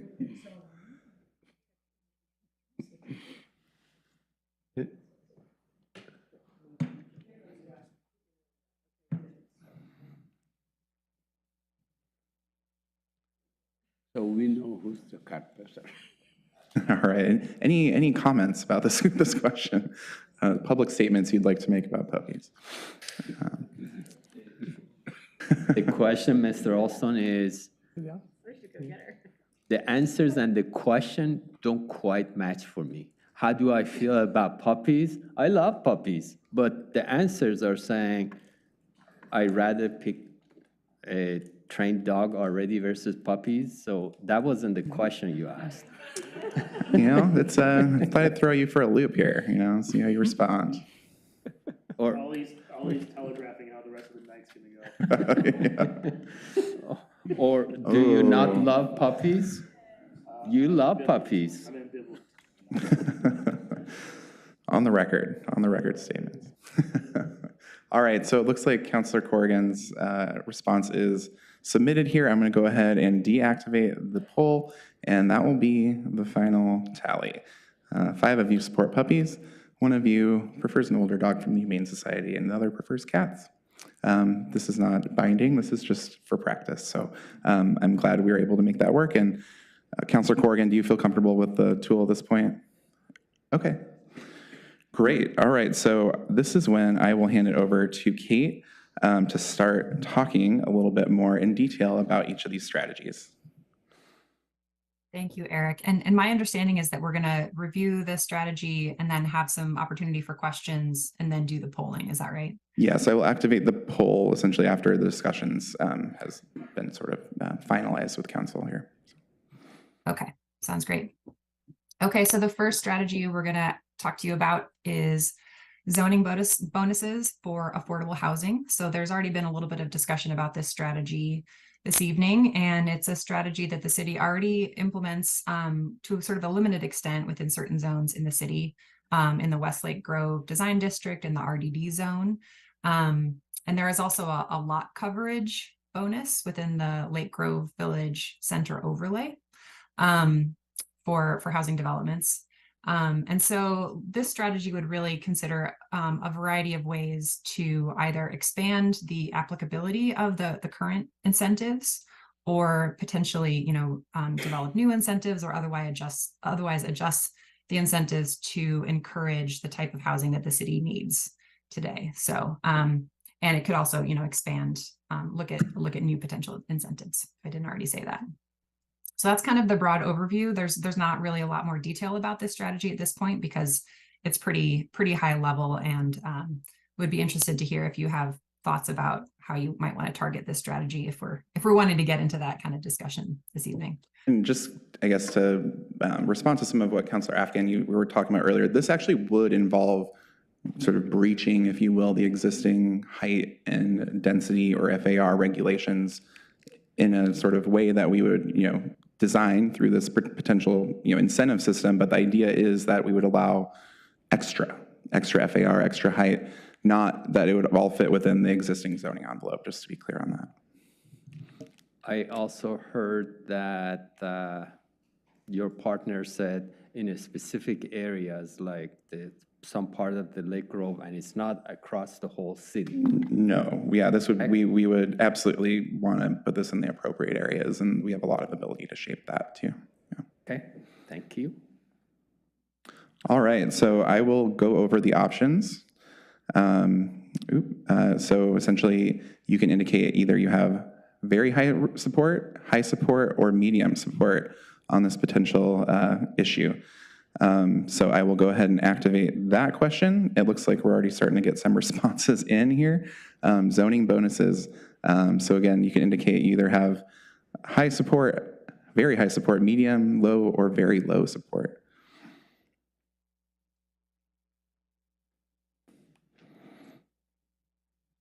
One more. We got 6 in as of now. And who knows, it might need to be refreshed every once in a while, but. You get it? You got it, okay. Okay, so everybody has responded, it sounds like. Well, one more, but it could be We're short Councilor one. Wendland. Oh, somebody changed their Oh, mind. Councilor Wendland perhaps, okay. All right. 7. Still 6, okay, somebody just changed it. We've all voted. If you have voted. Councilor Wendland, have you had a chance to vote?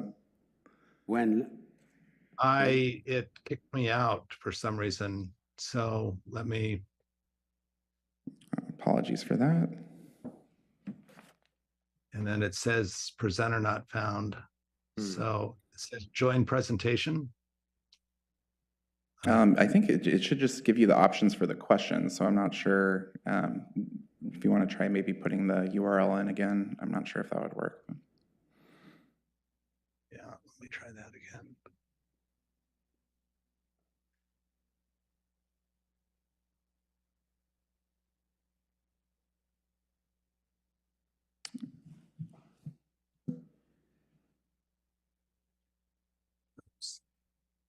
We might be able to. Do you, Councilor, I mean, do you see the question on the Go screen? ahead and I'll Yeah, try I mean, to I get can try back to. into it. We have other ways to record the Not response interested too. I could do them that one. for you, or either way.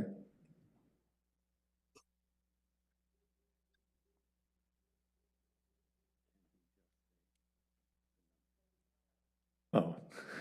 If you want to. Do you see the question, Councilor Wendland? Do you want to just tell it? I mean, we're all going to know your response anyway.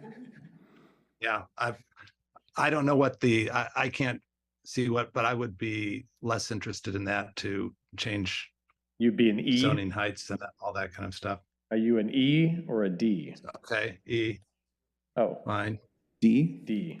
All right, I'm going to put in your Thank answer you, for you Council- just thank you, for Councilwoman. record-keeping purposes, hopefully. Hey, All there right. we go. He's in. All right. Oh, you did it. I did it. Okay. Yeah. But Oh, there we go. Now it's yeah, as long as Councilor Wendland feels like he's Okay. represented by that. Well, there. oh, All right, thank you. All right, so moving on to the next question here. Kate, do you want to give an overview of the code audit and amendment strategy? Sure. So this has already been identified as a council goal to kind of take a comprehensive look at the development code and identify where, the codes and processes can be kind of streamlined and simplified to reduce costs and make the process more predictable and less expensive.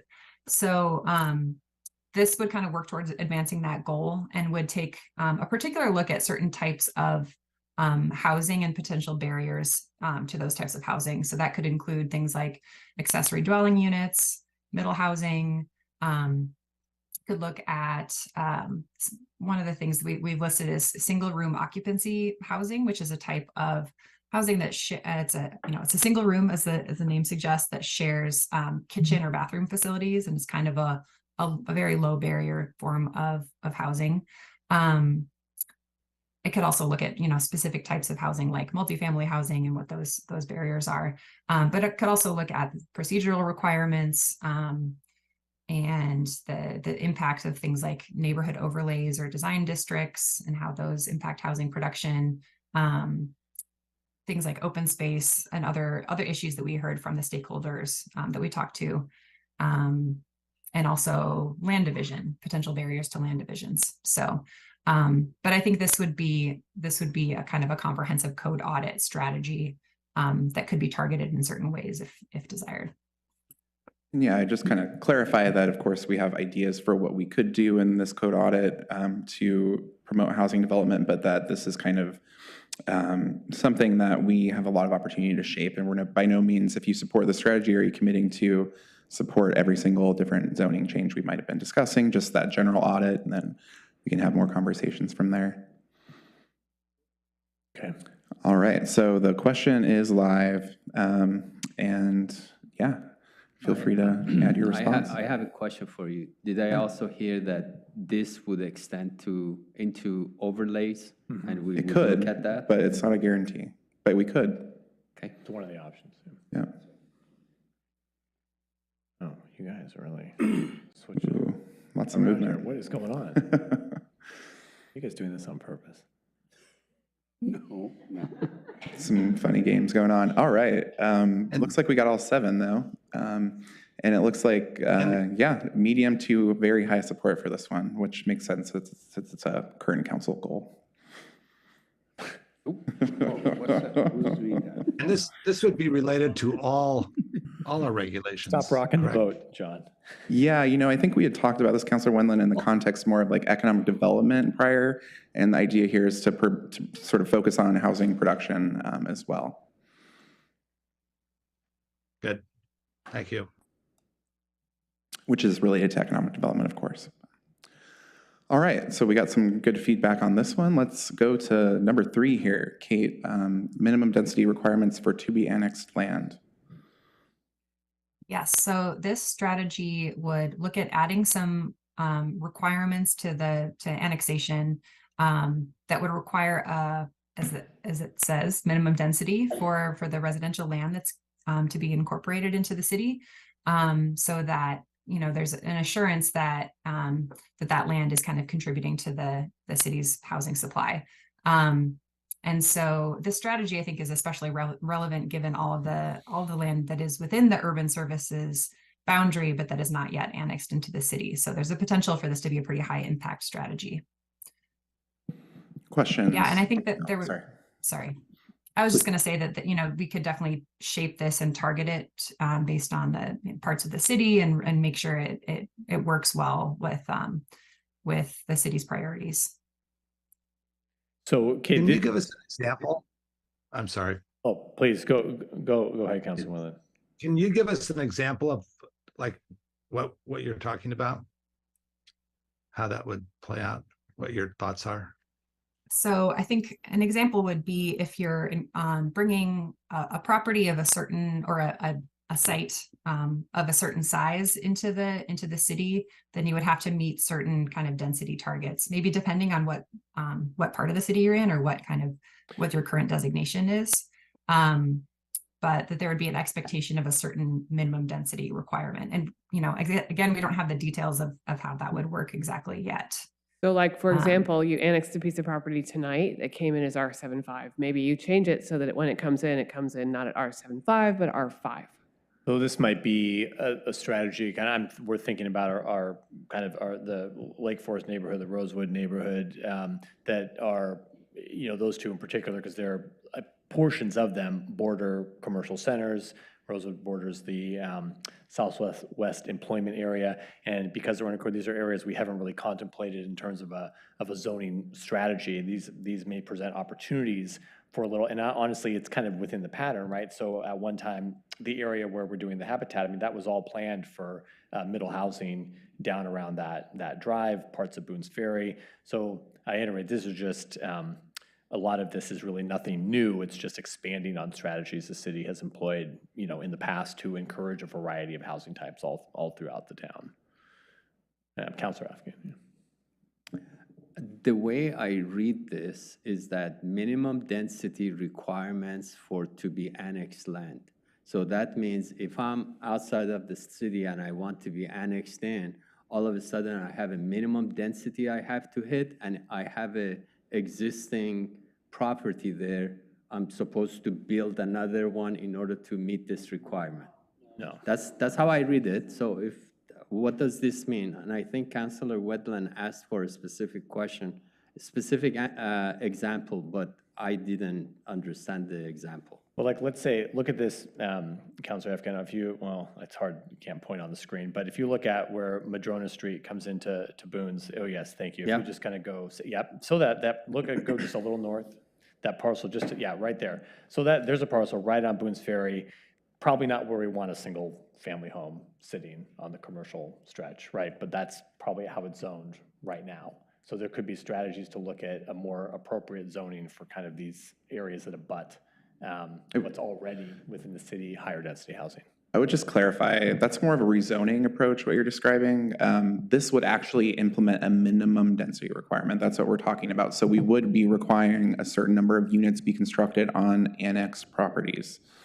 It would not be a different zone. It would be a minimum number of units. But on the Eric, property. you wouldn't be compelling someone to tear their house down. No. And replace. So I would distinguish, it would be the next time the property develops, it could develop at a higher density. Yes. So It would not compel redevelopment of a property. If what you're saying is what we mean, I'm 100% on board. But the way I read this is that I want to be annexed, all of a sudden I have to build more units on my property. I think the real issue is actually going to be with the folks who live in the community already having concerns about this, not with folks. So for example, I know we annexed some property relatively recently out in this particular part of the community, and the neighbors were already concerned about the 5 houses that were going to be built. If you had a minimum density that said they had to build 10 houses, I actually think the impact isn't so much on the folks who are coming into the community, the folks who live in the community who are afraid of how the higher density is going to alter the character of their neighborhood. Typically, the Making sense. It's not really about forcing redevelopment of a property. It's more about you're going to end up, if you live in a neighborhood that's mostly, say, 7,500 square foot lots, and we say to be annexed, you have to come in at 4,000 square foot lots, then all of a sudden you're going to have more houses than are in the existing portion of the community. That's where the concern will be, is that you're changing the character of these neighborhoods. It still might be good, but it's just a question of the expectations of the existing residents. We have a queue here. Councilor Verdick, and I wonder, so how is it different than the rezone? Well, it's right now, when you annex a property, you've already got a zoning designation essentially applied to properties that are outside the city. And so now you just bring them, it would be, so we don't actually apply our zoning until the property comes in. So even though you have a zoning density indicated, it actually doesn't apply until you apply it to the property. So you would be increasing the density that you would be applying to properties. But it would be different. We wouldn't be an R75, but FYI. Well, the difference is there would be a minimum. So this is about a minimum density. Almost all zoning is about maximums and does not prescribe a very restrictive minimum, essentially. I mean, we do have minimum density, but that is what we're talking about. It's not upzoning, it's requiring that more units be constructed, not allowing more units to be constructed, if that makes sense. But how can you compel units to be constructed? By a minimum density. That's, I mean, we have it already. Just in terms of community planning, we use the zones to plan. Yes, but I guess oftentimes, but we're talking about a specific requirement or specific component of a zoning district, if you will. So we have lots of things that go into a zoning district, setbacks and different height limits and all sorts of things. FAR, we're talking specifically about density with this and requiring that cities that annex, or I'm sorry, properties that annex into the city have a certain minimum density that's higher than what we have currently. And so when they redevelopment, they must redevelop at the higher density. That's what Eric's not compelling redevelopment, but it sort of flips our current notion of zoning essentially on its head. As opposed to saying this is the most you can do, we're saying this is the least you can do. Sort of like a rezone then. Yeah, but not exactly. It's because, again, So if I owned a 10,000 square foot lot and there was a minimum density applied, when I went to redevelop that property, I'd be required to put 2 houses on it instead of just being able. And how is that different than Upzoning would R5? not necessarily because you require a don't allow minimum. them to not divide it. Yeah. Correct. But does it mean that there's a minimum to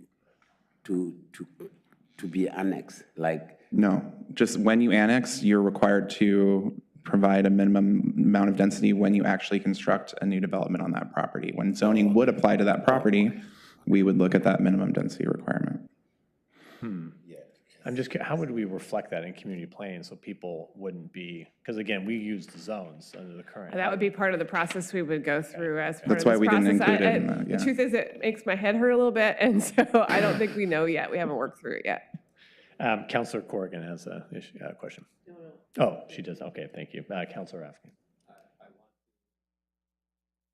I want to restate what I think I heard.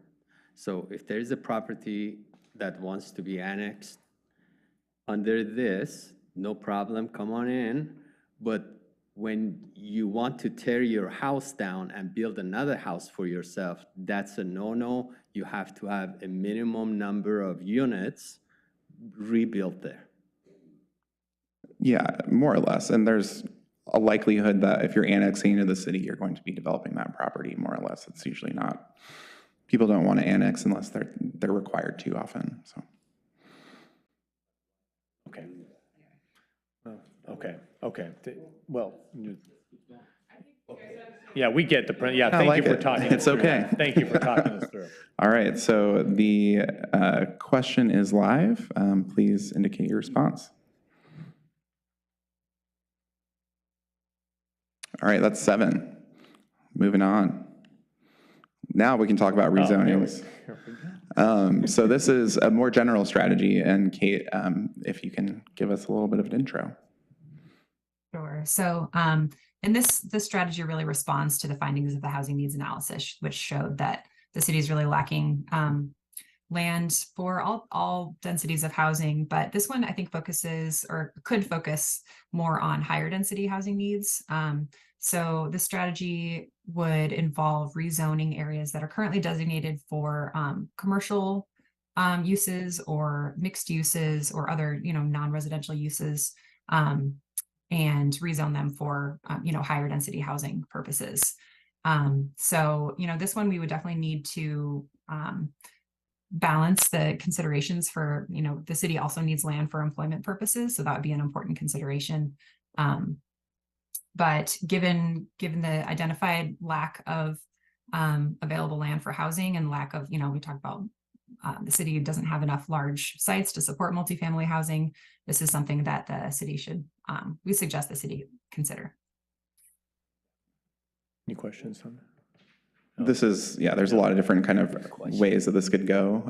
But I think the concept is clear that we would be rezoning certain areas to have higher densities, the specifics of which we don't know. What's that big blob in the middle? No, above the Oswego Lake, Mayor Buck. Well, we could rezone that. I have a question for you.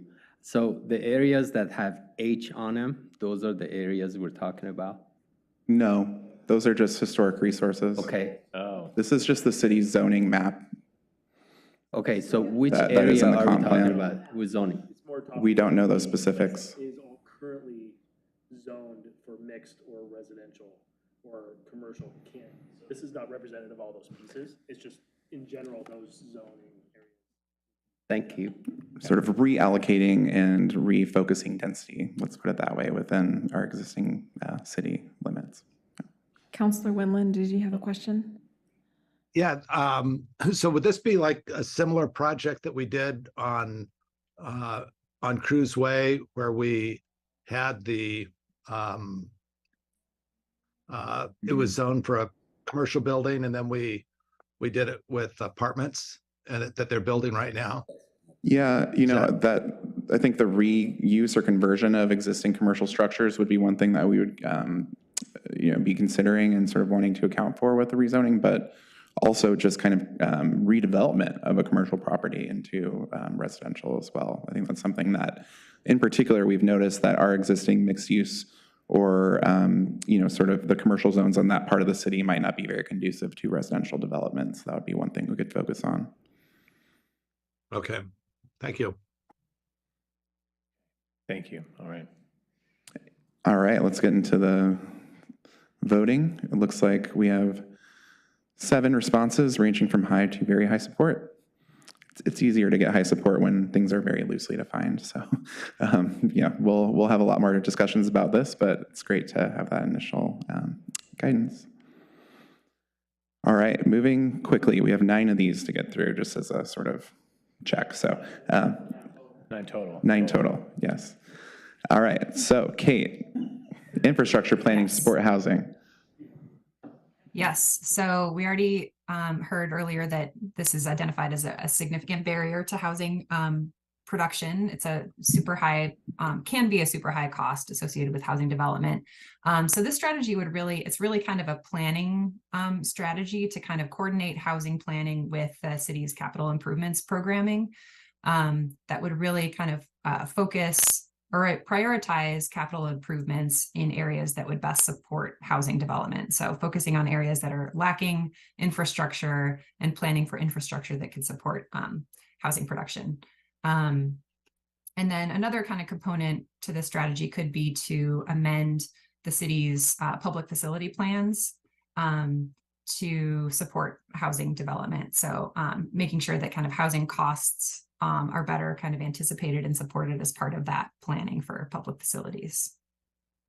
So again, this is a pretty broad strategy, and it would definitely involve or would require a lot of coordination with other city departments, engineering and public works. Clearly we already do this type of planning to an extent as a city, and I think the idea here would be to specifically focus our infrastructure planning efforts on housing and promoting housing development in key areas. And so this is really not really, obviously this is not a funding source.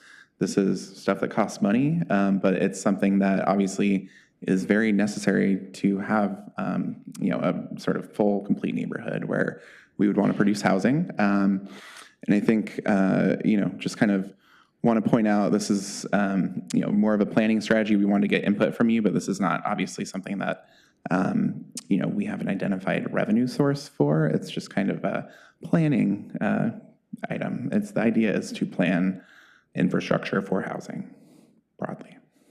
Well, a lot of our conversations around the state too center around infrastructure funding, from if that would ever happen, I mean, it'd be a miracle, but it'd be, if we needed to have a plan in place to obtain the funding, it's going to be difficult. We have housing already without the infrastructure. So we're working backwards right now on putting the infrastructure in where there is housing. Hard to think about. Okay, they want to go. Councilor Raff has a question real quick. I think, I think the one, if we're deliberating just slightly, I would just say, like, when you prioritize one thing, you deprioritize something else. And so we have a lot of projects going on, obviously, that may not be related to housing specifically, but help other people in whatever needs they are. So, but let's vote. Yeah, I mean, this is very high level, but happy to answer more questions. But, obviously there's a lot of intricacies here that, we are all very familiar with. So, yeah. Voting, let's move forward. The question is active.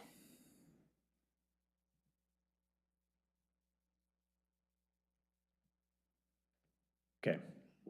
All right, it looks like we got 7. Interesting, mostly low to very low. One person likes it. Great.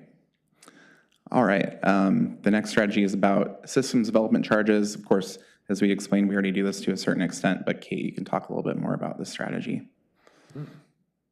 Yeah, so system development charges, or SDCs, they can represent a pretty large portion of the cost of development. And as you saw with the ADU, waiving SDCs for those really had a positive impact on production of ADUs in the city. So this strategy would really be about kind of adjusting the city's overall SDC fee schedule, to tie the charges to the size of the dwelling. So a lot of cities currently have, kind of a set fee based on that dwelling unit, not necessarily the size of the dwelling unit. So that kind of tends to disproportionately burden, smaller housing units that they have to they have to pay the same fee as a much larger home. So this is something that several cities have looked at and implemented, is kind of a scaled SDC fee schedule that kind of gives those smaller units a little bit more of an advantage. And another kind of potential component of this strategy could be looking at parks SDCs and saying that if your development already has great access and proximity to existing parks, that maybe you could have a kind of a discount on your parks SDCs to reflect that. Questions about this particular strategy, again, can be shaped in different ways. It doesn't have to be a parks SDC sort of modification, but that's one route we could take. Councilor, thank you, Mr. Olson. Councilor Corrigan. Yeah, that was my question, because we know the parks rely on this source of funding to a certain degree. I don't know how impactful that would be.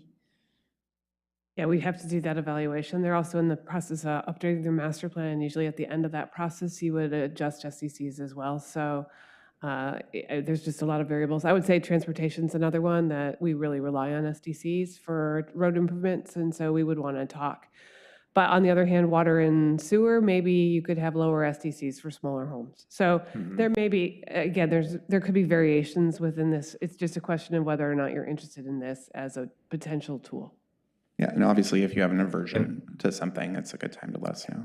Yeah. Can I say something real quick? I am working on your parks system plan update as well, and we will be looking at your STC methodology for parks as part of that process. And we probably will look at, or at least think about, whether or not to tie the SDC to the size of the home. That is something that other cities are considering around the state. So it's just something that's worth sort of looking at, in my opinion. And it can be revenue neutral. It doesn't mean that you are reducing the overall or total revenues from your SDC. It's more trying to kind of tie the fee to the impact of the size and type of home that's being developed.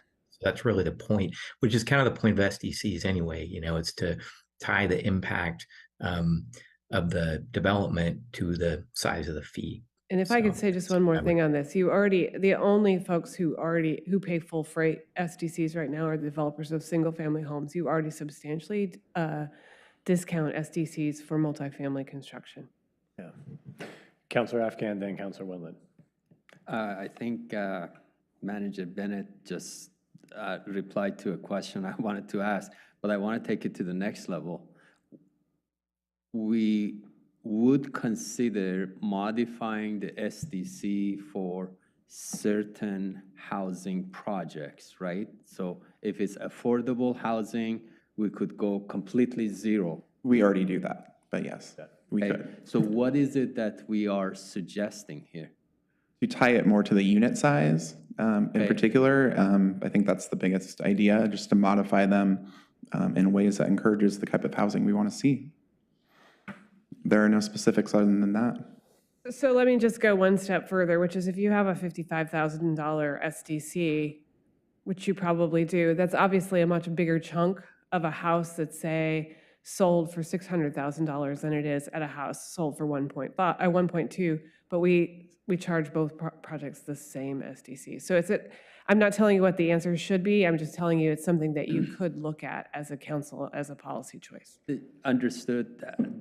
There's two different perspectives I have. One is the amount we charge, whether it's this big of a house or this big of a house, we charge because they have toilets, showers, sink, and this and that. So the usage is sort of the same.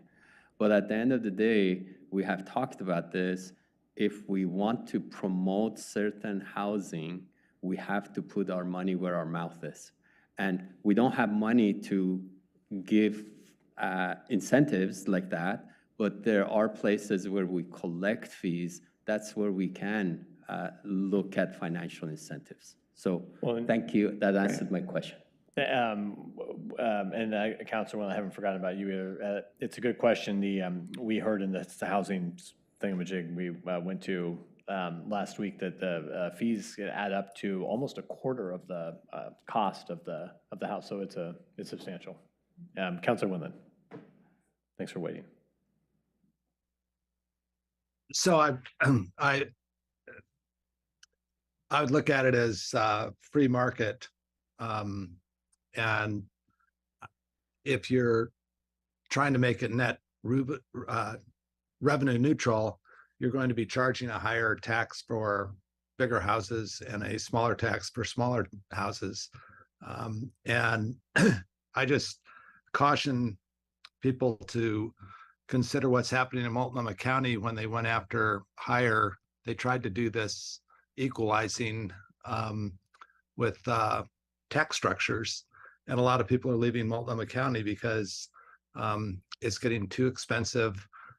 There are already assessed values that are going to be, I guess my point is, I, for one, would want to encourage higher assessed values in Lake Oswego for houses so that the city has more money to spend in their budget for all the projects we want. So again, when you make a decision, there are pluses and minuses and consequences that happen. And so, yes, when we look at the limited number of houses that are going to be built over the next 20 years, I don't know, you just have to look at how that will affect housing and our revenue to the city. So that's all I want to say. Thank you, Councilwoman. Multnomah County doesn't have a playground like this, I'll tell you that much. Hey, what? They don't have a playground like this. Yeah. You see the picture? That's a good looking, I don't even know what this is. Is this the Rasik playground? Yeah. A good playground. Is this Rasik? Yeah, and just as a follow-up to Councilor Wendland, your comments there, we could make this revenue neutral, but that's not a built-in given to this. So if there was a desire to do a different approach, then we could obviously take that direction. All right, into the voting.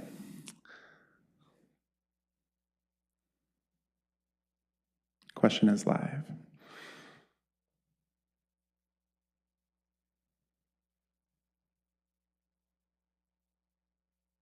Looks like we're waiting on one more. All right. All right, we got 7 on there. All right, moving on to the next strategy. Kate, do you want to talk about construction excise tax? Sure. So getting into potential new revenue sources for the city. One of those is construction excise tax, which is authorized by state statute, which also kind of sets some limits on what cities can do with a CET. But this is a tax on construction projects, so new development or adding floor area to existing development. And cities can apply a CET to residential development or commercial and industrial development, or both. And there's some limits on residential construction. Cities can only levy a CET up to 1% of the project value, but there's no limit on the CET that cities can charge for non-residential development. And the city does have a variety of options for kind of tailoring a CET program based on, the types of housing the city wants to encourage, or potentially not discourage. So, you can exempt, already affordable housing is exempt from CET, but you could also exempt other types of housing like multifamily housing or, housing with smaller footprints. You could also not apply it to housing at all and just do non-residential CET. But it is one of the few kind of available local revenue sources to fund affordable housing, and could potentially support a number of other housing production strategies that the city might want to consider to promote affordable housing. It does come with a trade-off, which is it does increase the cost of development. So, up to 1% or whatever CET the city would land on. And I do want to point out that this strategy was supported by the Middle Housing Code Advisory Committee as a tool to produce affordable middle housing during those previous efforts around House Bill 2001. Any questions about construction excise tax? Well, we should note that the school district has a construction excise tax already in place, right? So this would, is there any kind of factor there where, do they combine for that 1%? No, it's totally separate. Okay. And the money, the potential uses for this could be land banking, they could be assistance to nonprofit. Yeah, this is kind of a revenue source strategy, and obviously, these are tools, and you kind of have to use those in combination. So this is, we'd get money, and then we'd have other tools like land banking or other types of strategies, loans, whatever we might want to do to distribute those funds in a way that we think is appropriate. Councilor Afghan, then Councilor. I understand that we can exempt certain categories from this tax, but this doesn't feel intuitive to me, because on one hand, we're saying we want to promote building homes and houses, put roof over people's head. On the other side, we say, well, let's tax them. I think the idea would be to tax the type of development that we aren't trying to promote and not tax the type of development we are. But that is a very cogent point. Yeah. Councilor Booth? No, I mean, I meant the same thing, because we want to encourage folks to come and build. At the same time, we are putting more money on them. So c'est comme, like we say, déshabiller Jean pour habiller Paul, Exactly. I totally thinking understood the same that. thing. Yeah. The French there, yeah. Okay, we're ready for the poll. All right. It is active. I'm already seeing not a lot of support for a construction excise tax. Good to know. Moving on to general obligation bonds. Kate, can you take it? Sure thing. All right, so general obligation or GO bonds. This is another potential local revenue source for housing. And this would, create a dedicated revenue source through increased property taxes. It would need to be approved by voters, but it would create, if there is voter support, it would create a very stable source of funding for the city to support housing development. GO bonds can only be used to support capital improvements. So they could contribute to, I think, land acquisition and maybe infrastructure improvements, or building the housing itself can be loaned or granted to organizations that do that work. It can't be used for supportive services or maintenance or ongoing operations of housing. So again, GO bonds are one of the few potential revenue sources that the city could sort of add to its funds to support housing. And I mean, there is already a metro housing bond, as was mentioned earlier. So this would kind of go above that housing bond to dedicate funds specifically for Lake Oswego. Questions from the council? Councilor Winland on Zoom had a question. Thank you. Councilor Winland. So something like this would be paid through property taxes, just like our park bonds, correct? And that's what you're talking about? Yes, so there are nodding heads if you can't see them. Yeah, it would be an assessment on property values. And it would have to be approved by the voters. That's the other piece of this one. I mean, we Right. can study it further, but whether or not it actually gets adopted, it would have to go through a voter approval process. So I think that's an important thing to point out about this particular strategy. Right. And I would just remind the council that we may be going after library bonds or other projects in the city that, again, it would have to go to the voter, but the voter may be fatigued, especially after they are writing their property tax checks this week to pay their property taxes. So anyway. Yeah, thank you, Councilor Winland. And, there's also the, probable ask of the voters to renew the Metro Housing Bond, which has been very effective. accessible, just like they're suggesting this one, but region-wide, you know, when, of course, we all are paying for that too, so. Okay, let's take the poll. Oh, you have a, oh. Ready he's to vote. Oh, I see. Itchy trigger finger. All right, let's go.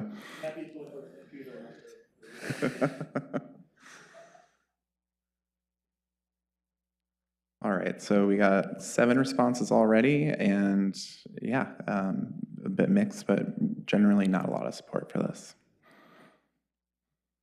All right, last strategy of the evening. This is, of course, a picture of Merrillhurst Commons sort of in progress, being constructed. Just kind of something that puts in context the type of housing that we could be expecting to be constructed. Kate, will you explain a little bit more about this strategy?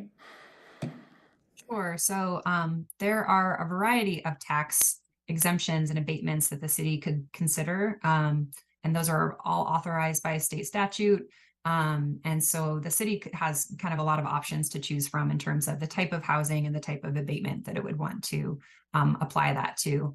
And so that could include things like affordable rental housing, multi-unit housing, vertical mixed-use housing. As an example is the vertical housing development zone that the city might be piloting at some point, and affordable home ownership. So those are some of the categories that the state has tax abatement programs for.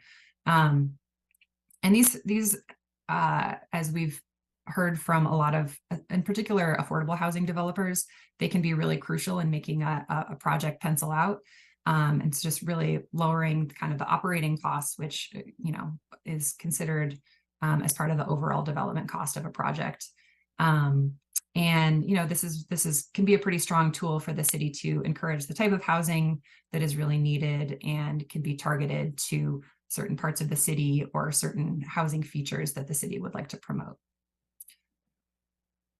So that's a high level view. If there are questions about specific abatements, I'd be happy to try to answer those. No question. Questions from council? There's a desire to move to the voting, so let's do it. And the question is active.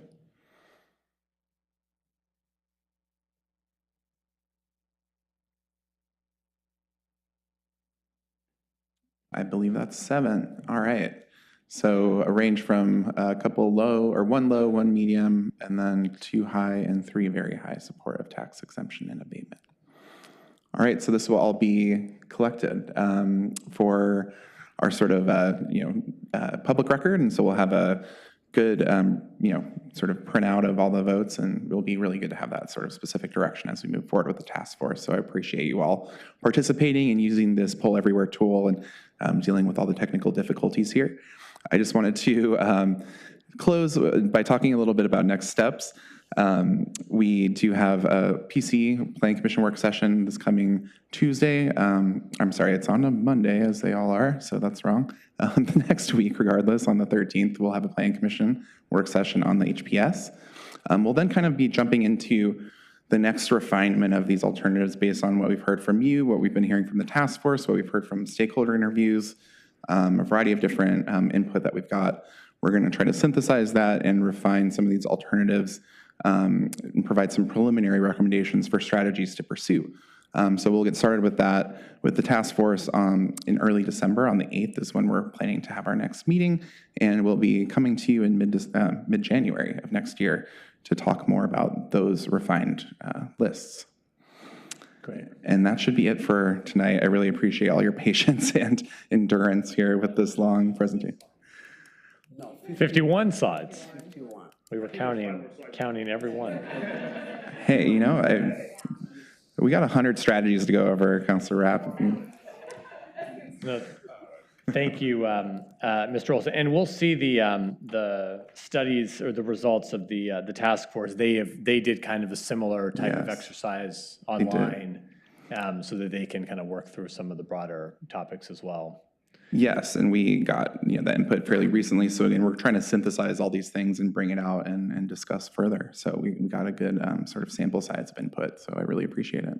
Yeah. Well, I think it's, as a community, we think about how we've, developed over these years in the downtown. We think of Mountain Park and Westlake and all the different areas. Like we have over many, many, generations as a community growing as a community that wants a variety of housing types and has, and we've incorporated it really into everything. Multifamily housing, middle housing, single family housing, distinct neighborhoods in the city's done a great, job of it. We're now just at this next phase, and I know there's lots of angst around, well, the state's making us do this, and we feel like, but naturally, we have always wanted to have this variety of housing as a community. It's the Lake Oswego that I grew up in. It's how we've been. We have the different home types mixed amongst each other. And we've also typically, traditionally, we have been a community of mixed incomes, and always a place where people, want to live. But over the years, it has become less so because of the shortage of housing and the way that price has gone up. So I agree. We will always be a community. I agree with Councilor Rapp, where people strive to live here because of the beauty, because of the community itself, because of our parks and surroundings, the safety of the community. That's always going to be the case. It just doesn't have to be wholly dependent on someone's income. That has not traditionally been the case. It's become more the case nowadays, and that's doing this work here is not taking away anything from the community, just adding to it. So thank you for the continued work, and thanks to the Planning Commission for their future work and the task force as well. And this is also the topic of the roundtable later this month. Thank you, everyone. Good discussion. Let's take a brief recess, and then we'll come back with Ms. Kelly. Thank you, Mr. Olson. Thanks again. Your team. Okay, I got to take this dog out.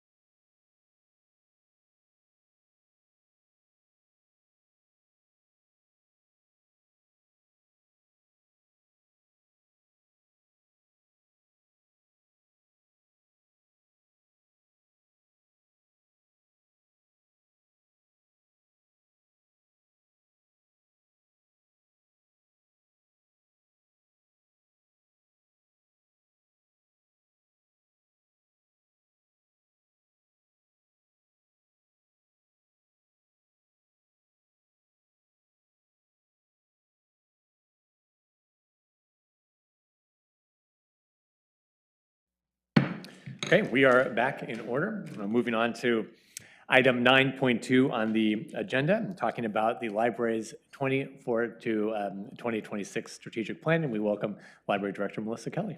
Good evening. Thank you, Mayor and councilors. It's an honor to be here this evening to present the library's strategic plan to you, and I'm thankful for your work as our city leaders. Just a quick overview. I'm going to start with a very quick and special announcement about Lake Oswego Reads. We'll talk about the background of our strategic plan, the priorities of the plan itself that we're proposing, and a discussion of next steps.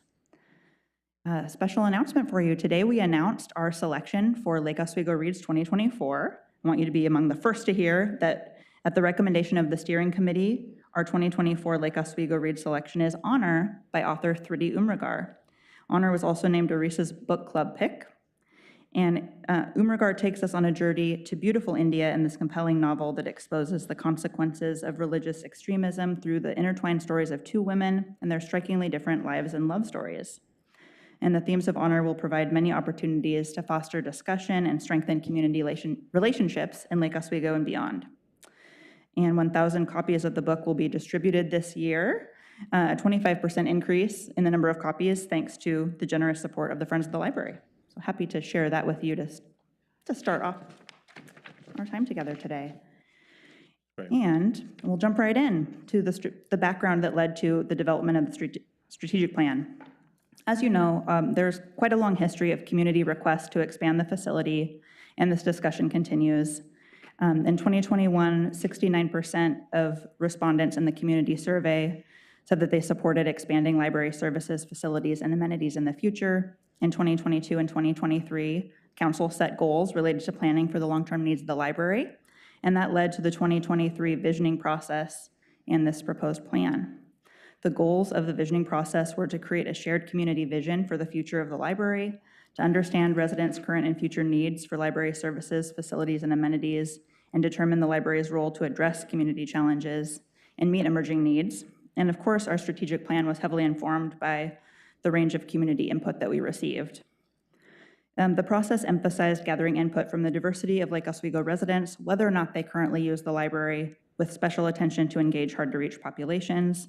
I know you've seen our great participation numbers already, so I won't go into details, but we had a wide range of outreach methods and a lot of groups that we spoke with, including library and city staff, elected officials, members of boards and commissions, the teen advisory board for the library, local educators and school board members, the Chamber of Commerce and the business community, the faith community, community organizations, including African American Women of Lake Oswego and surrounding areas, the Chinese Council of Lake Oswego, Respond to Racism, and LO for Love, and members of Rotary, sustainability groups, local history and preservation groups, to name some of the groups that we spoke with in this process.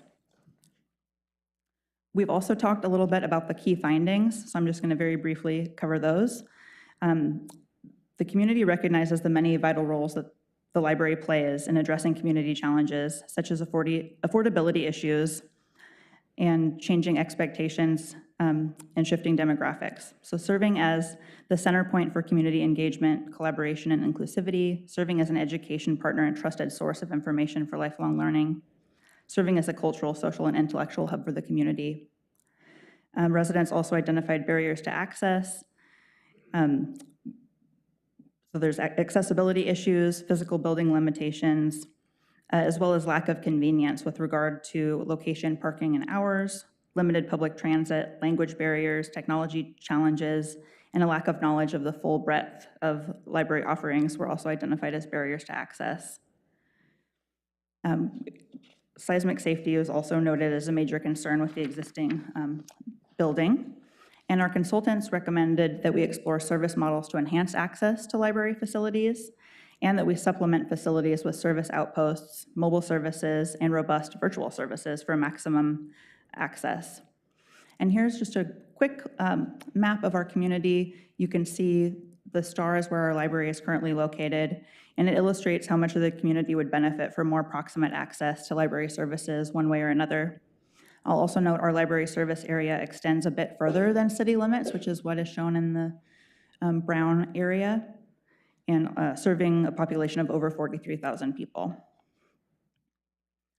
We had a task force that came together and helped to process all the findings and consultant recommendations, providing really deep engagement across 4 meetings.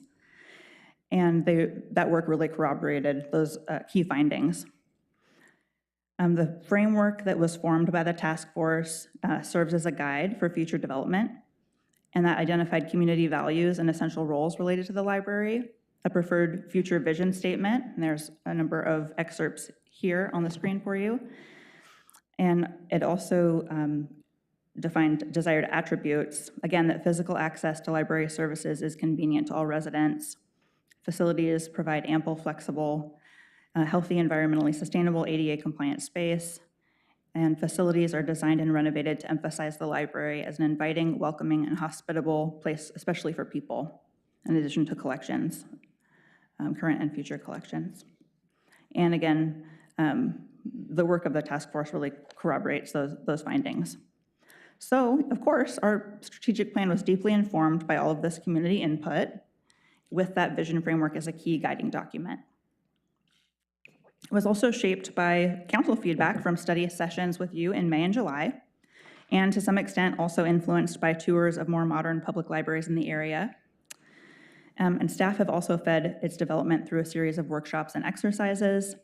Finally, many other groups have reviewed drafts of the plan to fine-tune it before presenting it to you today, including Library Advisory Board, the task force, city department heads, and city manager's office staff. So without further ado, I'm pleased to present this to you. The overarching strategic priority centers on the needs of underserved residents in order to improve access for all through the principle of universal accessibility. So we have 4 primary priorities that strongly support improving access for all residents. 1, serving people beyond the building. 2, creating space to expand services. 3, increasing awareness of the library's value. And 4, supporting staff well-being and growth. One very clear finding from the visioning process, again, is that universal accessibility is a clear strategic priority for our community. Everything we heard connects back to improving access in some way, shape, or form. And these priorities and their strategic initiatives support both long-term and short-term community needs for enhanced access to library services across the city. So our first priority, serve people beyond the building. Our main initiatives in support of this goal are to expand service delivery and enhance access to library staff and collections across the community, and to utilize known as well as emerging technologies to enhance digital access. So some example work plan items for the first initiative include expanding Rover and home delivery, offering hold lockers and/or book vending machines in strategic locations, and embedding staff and/or library collections in strategic locations. For example, embedded staff might look like a regular librarian visits to childcare centers or regular tech help appointments at low-income senior communities. In terms of utilizing technology to enhance digital access, work plan items include growing the size of and improving access to our digital collections, improving the user experience for virtual event attendees, creating an online registration form for a full-service library card, and improving accessibility of our library website. Of note, transportation to the library, particular for teens, came up throughout the visioning process. It's not part of this plan, but it's something to think about for the future. One of our top priorities is to create space to add new services, and space to accommodate greater access to our already popular services. And to achieve the community's vision, we have 3 main initiatives for this goal. We're going to spend most of our time today talking about this one here. So expanding services to support learning and engagement for all community members, conducting an updated facility needs assessment to identify gaps and opportunities, and continue to develop and discuss service models with the community.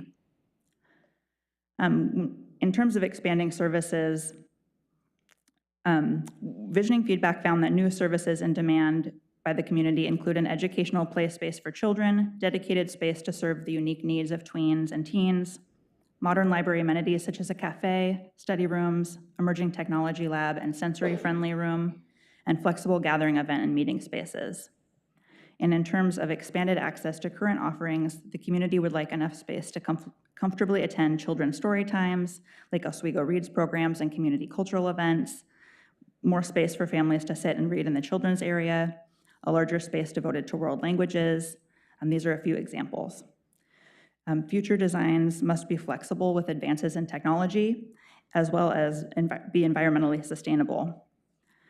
And as I mentioned, an important initiative under this priority is to conduct a facilities needs assessment, an updated assessment for the current facility, to identify the scope of seismic safety improvements needed, scope of technology, sustainability, and other improvements needed, opportunities to redesign the current facility, and service gaps that a renovated facility could not accommodate.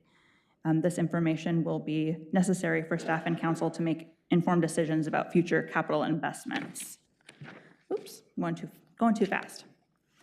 Another area of the work plan is to prepare strategic business plans for potential or emerging opportunities that could meet community needs in alignment with community values for the library and with community input regarding the scope of potential investment in the future.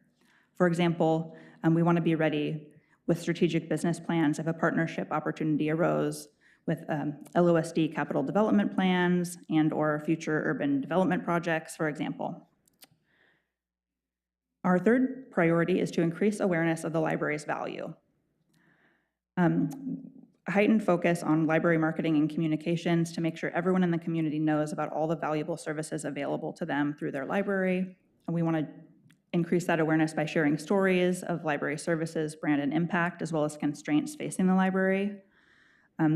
Through the visioning process, we learned that many residents do not know about some really great services that we offer, like home delivery service, tech help appointments, children's events in languages other than English, the Library of Things and Seed Library collections. Those were all very desirable. We received many comments from folks wanting the library to provide those services, and we want to make sure that folks know they're available to you. So making sure that we're spreading the word. And the work plan also includes not only sharing those messages, leveraging testimonials as well as data to increase awareness of the library's value, but doing that in multiple languages and formats to reach even more people, and seeking support from city leaders, community partners, volunteers, and others in the community to help spread those library messages. And another aspect of this goal is to continue to work closely with the Friends of the library to increase fundraising support for expanded library services and events that meet needs of all community members. And then our final priority is to support staff. To achieve the first three priorities of the plan, it's imperative that library staff are supported, and we want to hire and support staff to serve all residents and their diverse needs, and provide learning and development opportunities and sustainable workloads for staff to ensure that they're highly knowledgeable, engaged, and supported in serving the community. A main tactic in our strategic plan is to apply an equity lens to review the hiring process to help identify and remove barriers and increase recruitment of diverse staff to position the library to better reach underserved community groups and strengthen library services overall. And another important aspect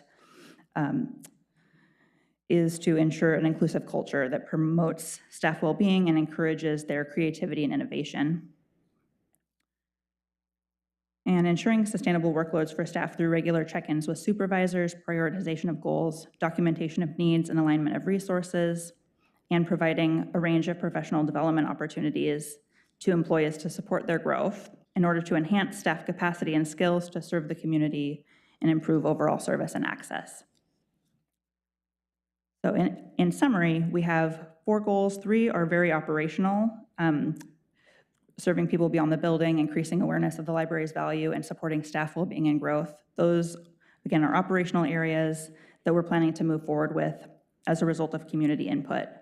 But creating space to expand services and what is included in that goal in particular, it's more of a policy area goal for our discussion and where I'd like to focus our time today and speak with you about that.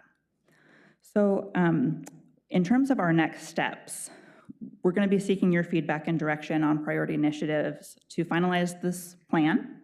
From there, staff will proceed to detail the tactical plan steps, how we will get these things done, by when, by whom, how success will be measured, those important things. with the goal of implementing and publicly communicating the plan and starting in January of 2024. But first, let's talk a little bit about some of the questions specifically related to the initiatives for creating space to expand services. I have three main questions for you. One, does council support a facility needs assessment work plan? And that would include returning to council with those findings and continuing to talk with you all about investments needed. Does council support continuing to develop service models to determine where the lines meet in terms of scope of potential expansion and the community's willingness to invest in the city's operational budget? And does the council support developing strategic business plans for potential future capital development opportunities or partnerships? So I appreciate the support of this group and really need the support of this group. I would love to see a council goal for 2024 related to continuing to talk about investments in the library.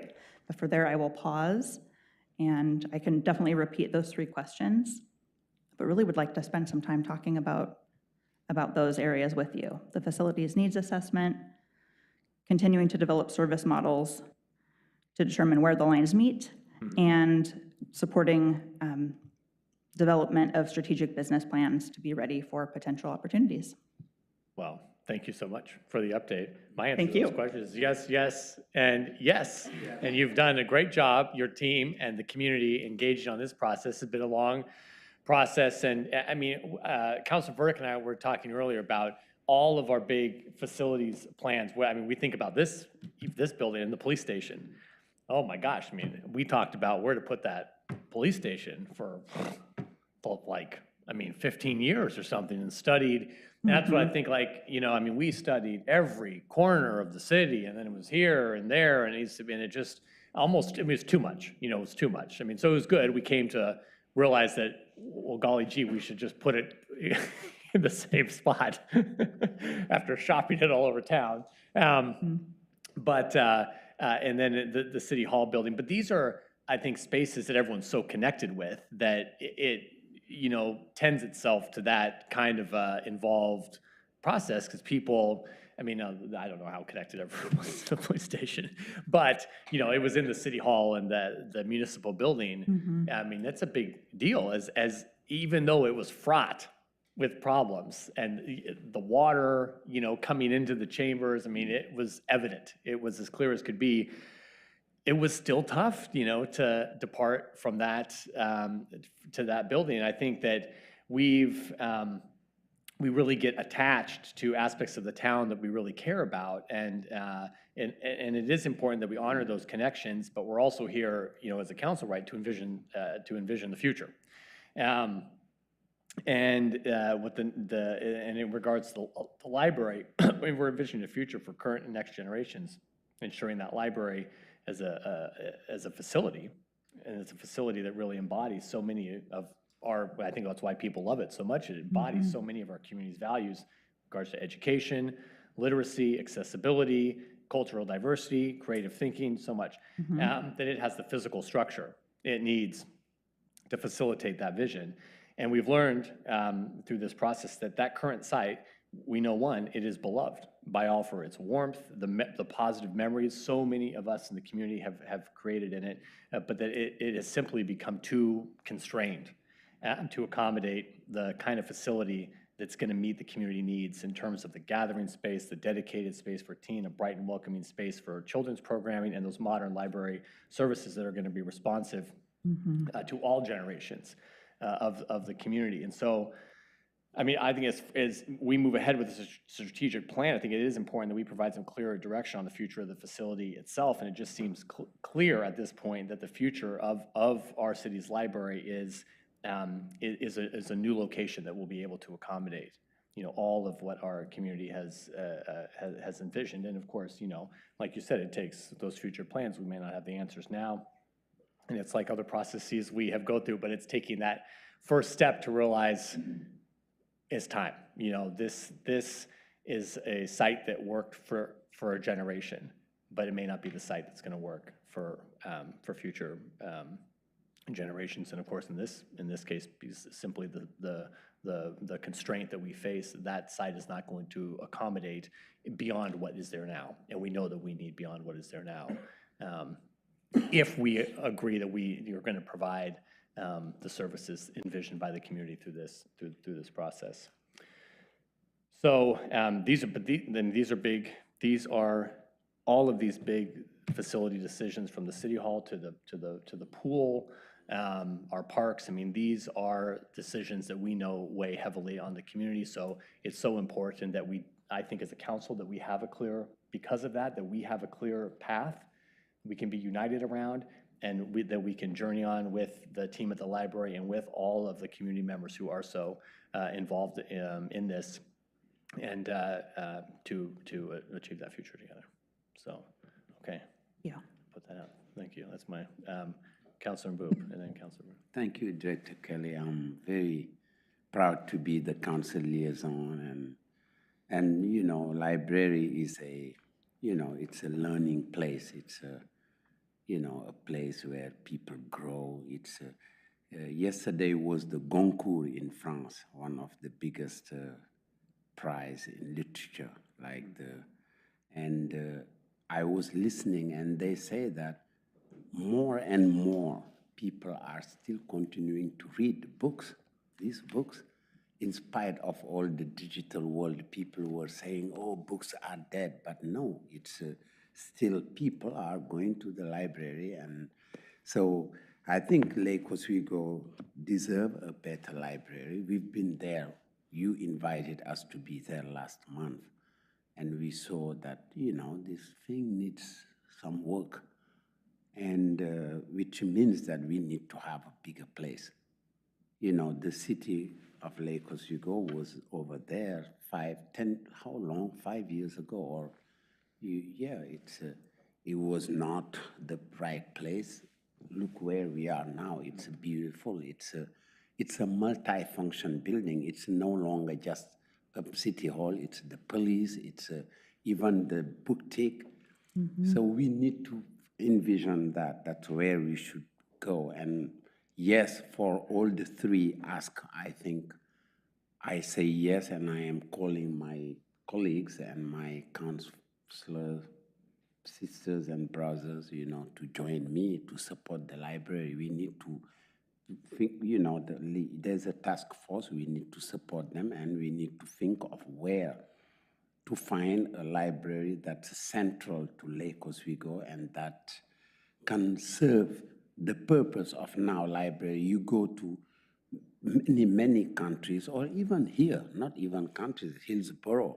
We've been there, we saw their library. It's huge, it has a lot of things. We have only one room here in Lake Oswego where students want to do a conference. They don't have. Someone has a business home and needs something for a conference or something. We don't have it. It means that we overgrow this building, and we need to think of something bigger, and we deserve that. Lake Oswego is big and has to have big things. We just cannot continue to say we are Lake Oswego and we have the list of, our library have the best stuff, the best. Every time I listen to you, I am an educator. I know, I saw your dedication and your professionalism is beyond, honestly, believe it's true, and I'm not saying it because you are here. So, no, honestly, so we deserve, we have good stuff, we have, we have to vote and show our support to the task force and the library that we are fighting to find something for the library, something big. And now, how? And this is all the things we were discussing with the housing task force, where we're gonna get the money, through a bond, through this. We should call our city to find the money for that and have a timeline. I'm pretty sure we have all the people who can do that. Okay, thank you, and really thank you very much for your work. Thank you. Thank you, Councilor Boop. We're gonna have a big library and smaller homes. Yeah.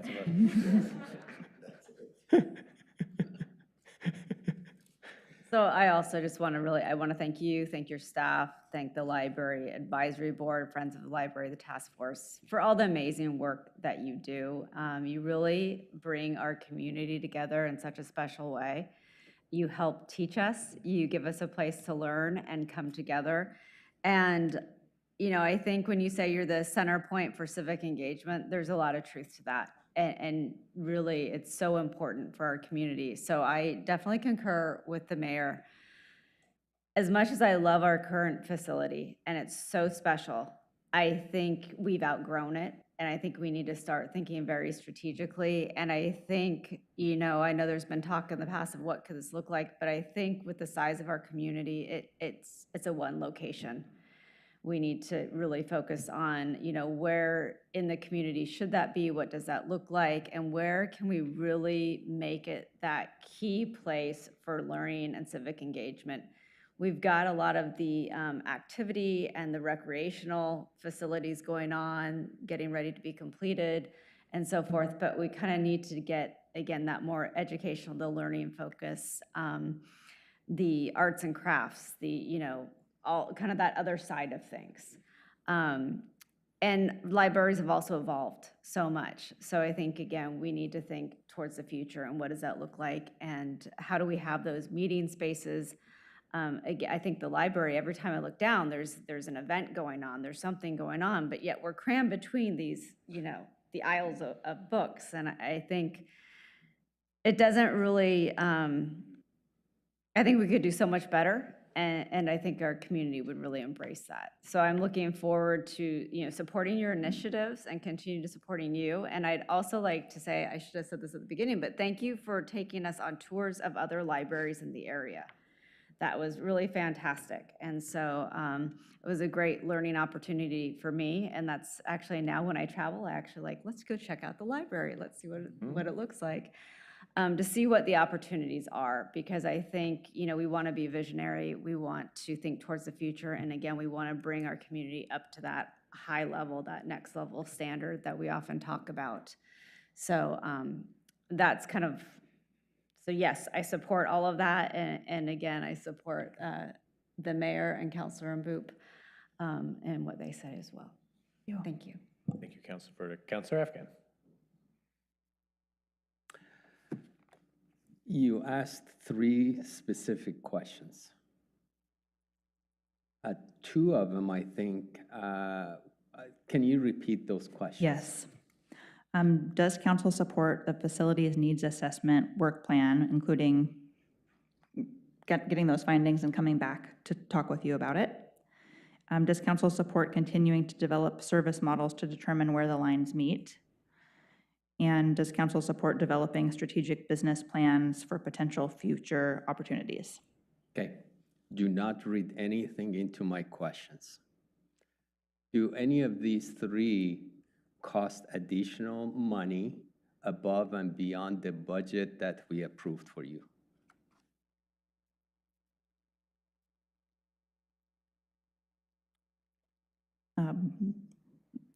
Doing the research and going through those initial steps, we do have funding in our current budget to do that. Depending on what those findings are, then likely we would need to have another conversation.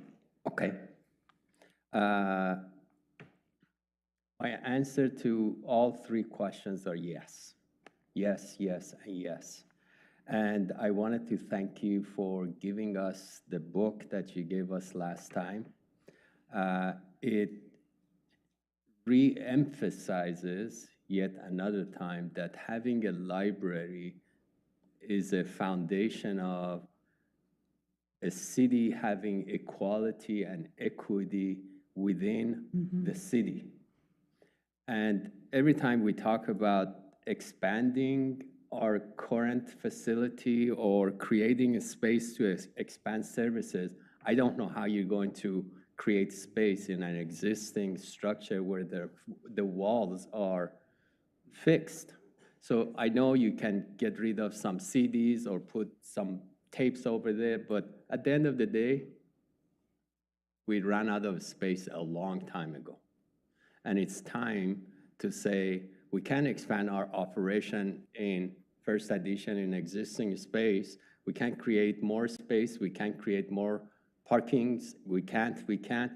It's time to say, let's go make the new library happen. So I'm all for taking the study to the next level. So yes, yes, and yes. Thank you. Thank you, Councilor Afghan. Councilor Corrigan. I think it got wet. Sorry. So I would really like to thank you for the tour. I was unaware of all the library's physical deficiencies. In fact, I was appalled by some of the library's physical deficiencies. Given that, it's pretty simple. We need a plan going forward. We need to work together. And if it starts with these 3 asks that you gave us, I'd say let's start and let's get started. I think it's very important. Thank you.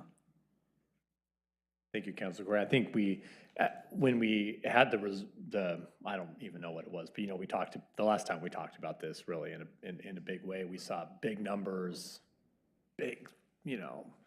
and we knew at that time our path forward is going to involve like you talked about, the strategic partnerships, really thinking creatively. This isn't the site, the bond, build that's probably not, the way that we're going to bring this together. But I think that's also the way we're going to bring the whole community on board. I think the way we'll put this project together itself will engender the support that we need, to move it forward. And I think in looking at the facilities needs, I know Barry done a great job in a reputable firm, but they seem that they have a particular box, in mind, and maybe we need to think, does that make sense? Does their box make sense for our, community? And I agree with Councilor Burdick in terms of one facility.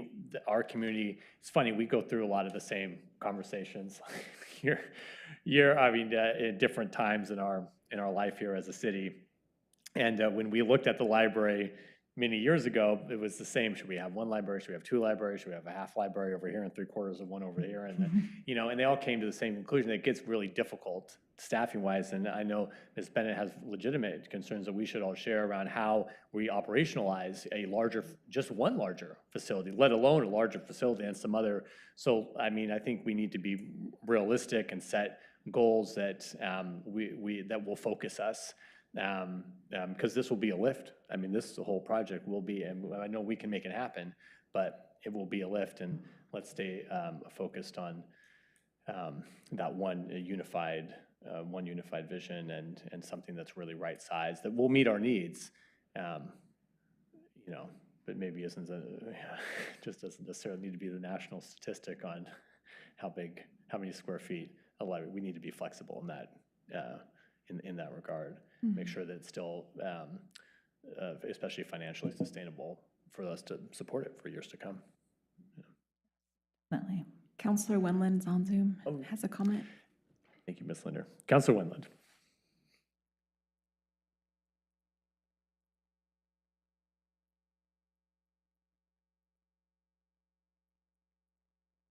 Councilor Wendland, are you there? We don't hear you.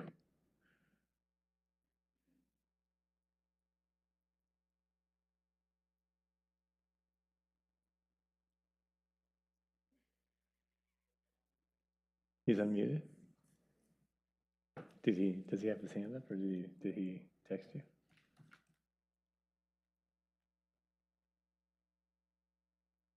Councilor Wendland, are you there?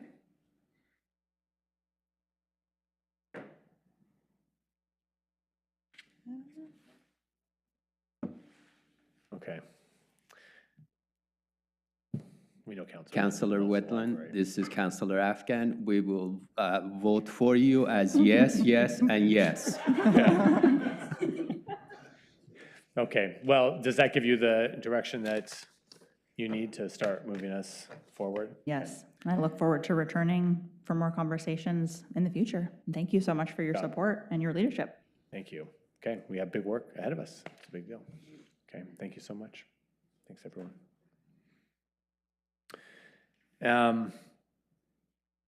Information from council. Councilor Corrigan and I, next time, well, I will say Councilor Corrigan and I, we attended the water partnership meeting yesterday. One thing we've been talking about this past year is the, backup power supply at the intake and the water treatment plant. The cost to put in we were going to install generators on site, built-in, permanent, is astronomical.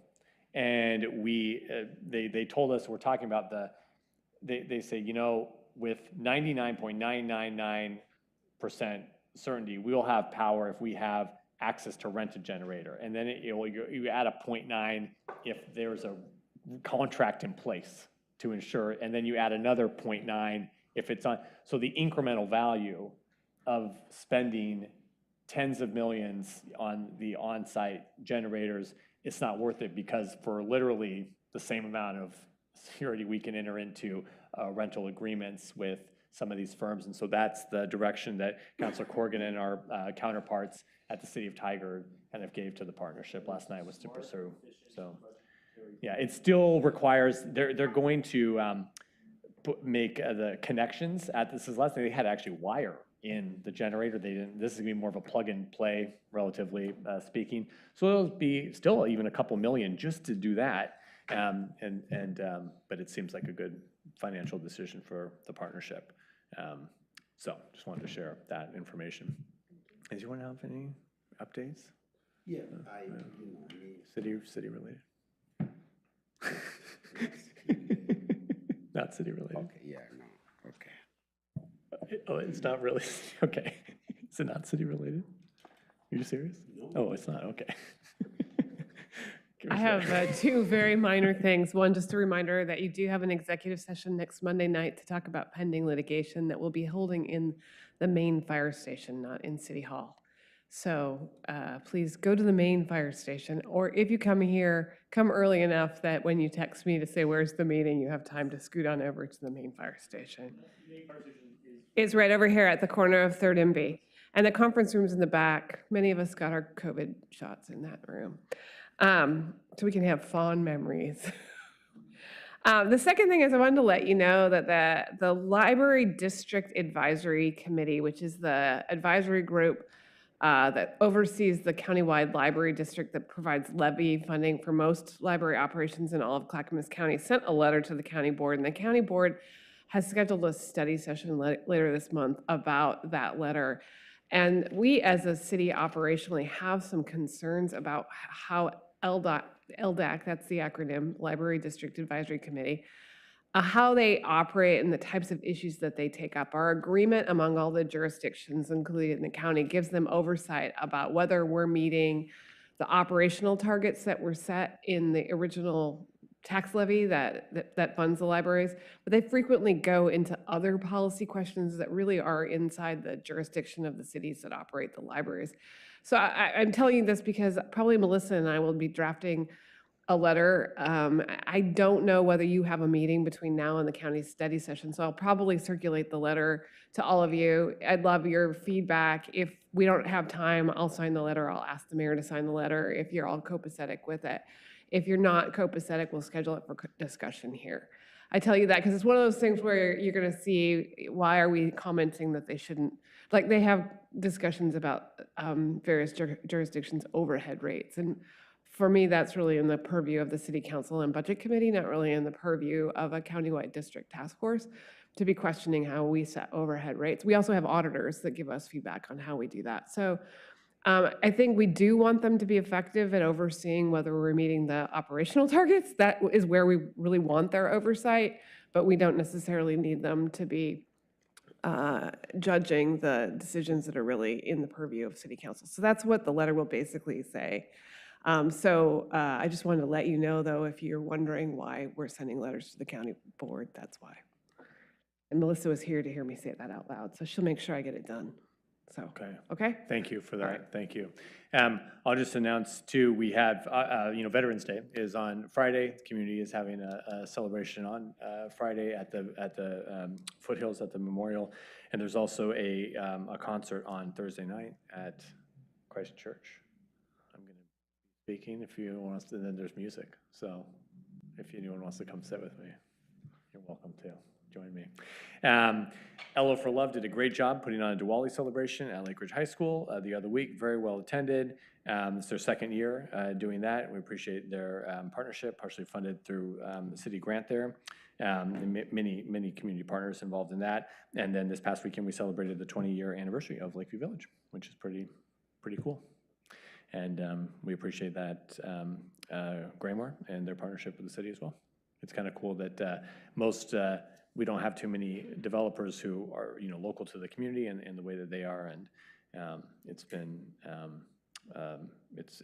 great to have their partnership over these decades, and that was one transformational project. Okay, so we are going to now adjourn the City Council meeting and call to order the Redevelopment Agency and move to our first item of board of business, which is the third amendment to the North Anchor Project Disposition and Development Agreement. Welcome Mr. Sin, as well as our friends at UDP, Mr. Kress and Mr. Walker, and then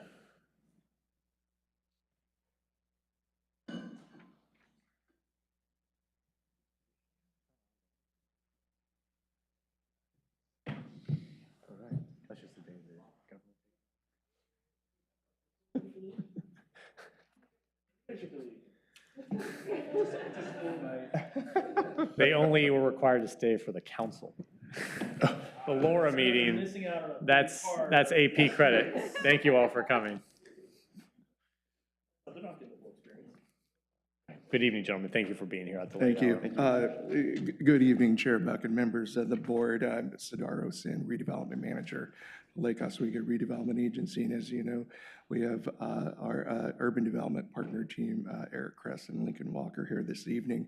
I'm going to try to keep my my comments short. I know it's a late evening, and I think there's a lot of good information that Eric and Lincoln will be sharing tonight, but just wanted to mention a few things.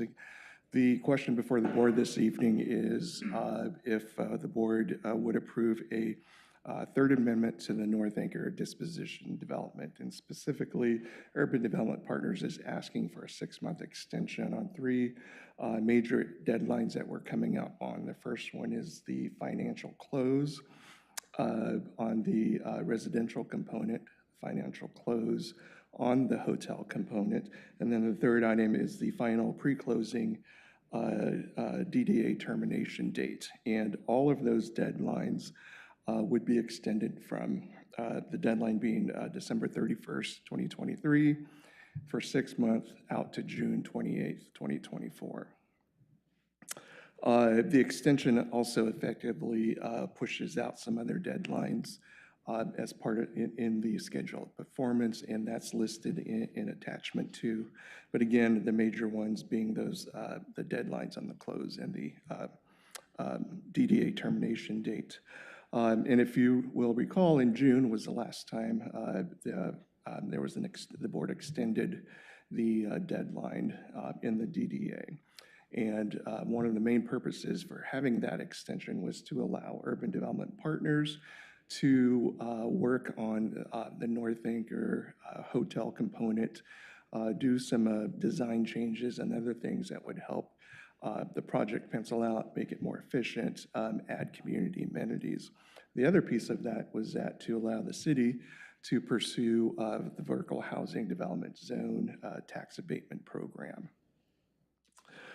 as a pilot project for North Anchor. So since June, there's been some good progress that's been made.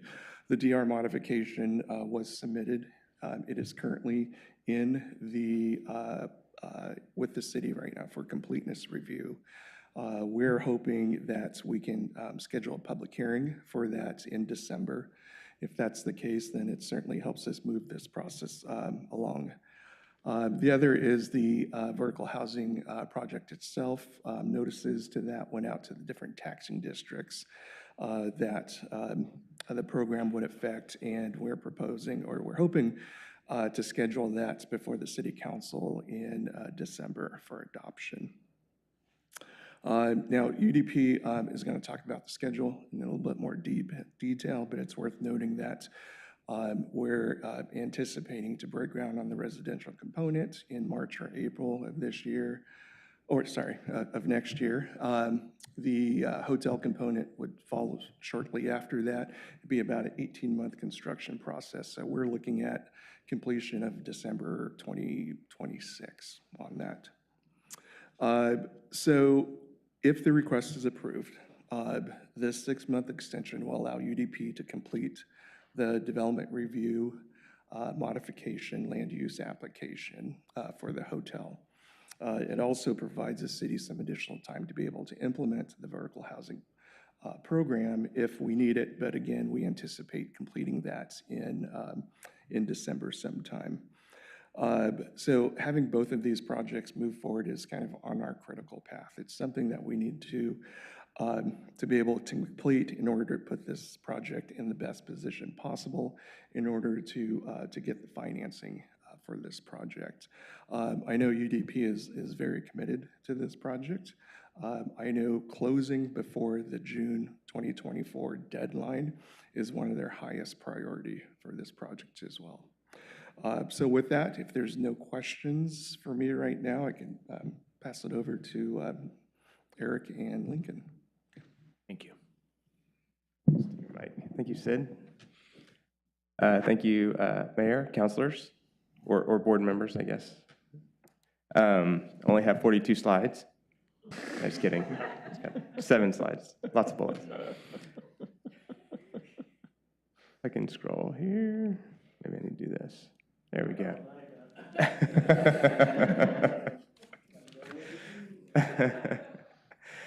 So it's been a very busy 4.5 months for us.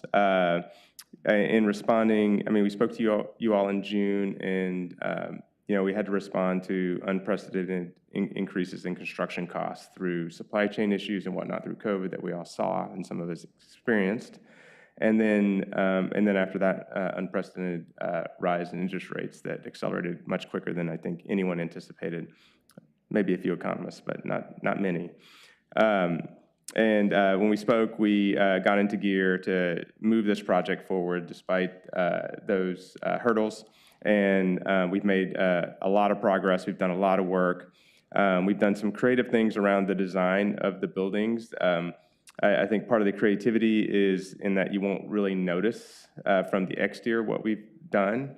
So for instance, with the apartments, we did a major change to the roof structure, which reduced the costs of the project, but required engineering up and down the building, and a whole rework with our contractor and engineering team and architecture team. We successfully made that modification, and I think in such a way that we don't, it's compliant with our design review approval last time. So that was a success. The other thing we did is we added programming to the hotel and modified the parking programming as well without making any major changes to the exterior of the building, including height or envelope. So that involved, again, engaging our team, bringing Columbia Hospitality in as well to give feedback, and it was really a full court press since we began that process. As part of that, we had to conduct a parking study for 3 other hotels to understand what the parking needs for the hotel would be. That took some time. We engaged Kittleson Associates to do that. We developed new schematic design drawings, a full new permit set, and worked with R&H. They're out for pricing right now, and we expect those numbers back next week. But the feedback so far has been very good. We've engaged several family offices and investors, so we've had some success with that, and I'll let Lincoln talk a little bit about that in a minute. We went through the pre-application process. We engaged our neighbors, or the neighborhood, through multiple neighborhood outreach meetings. And we established a regular cadence with the LORA board and submitted our development review modification application for the hotel, and then finally submitted an updated permit review package to the city for the apartments. So that's a lot of work over 4.5 months, and it's been a lot of hours of work, and we made a lot of progress, and I'm very happy with where we're at right now. As Sid mentioned, We need a little bit more time to actually get through the permit process. I think that's more of a brute force execution type of thing where we just need to get through it. And we'll execute the construction contract, and we'll expect to close on the equity and debt and on the property in March, April of next year. And we're also, there's one misplaced bullet there, we'll work with the city and support the VHDZ program. And then for the hotel, we need to complete the status of our development review modification, because the changes we made did require us to go through a design review. And we'll participate in one or more public hearings in that process, and then we'll have to get submitted for those building permits and expect to start construction shortly following permit issuance, which will be available in Q2 of next year. But our expectation and plan is to close in Q2 of next year. So Sid mentioned we are requesting a 6-month extension. And maybe you can say some words, Lincoln, about the status of the debt and equity. Yeah, we've also been really busy having lots of conversations with a variety of groups. I brought with me, we received a letter of intent from a banking partner, which was a new, really positive development, especially after the summer, which had been a pretty difficult interest rate environment. Last 5 days have been a pretty substantial change as an interesting anecdote. And then also on the family office front, larger and institutional size investor, we also received a letter of intent for the apartments as well in the last few weeks, which is another really positive development on our side. As Eric mentioned, we have some permitting and construction costs we need to work through with them, but you know, we're making, I would say, especially since the last time we met, really good progress, more engagement from a variety of investors.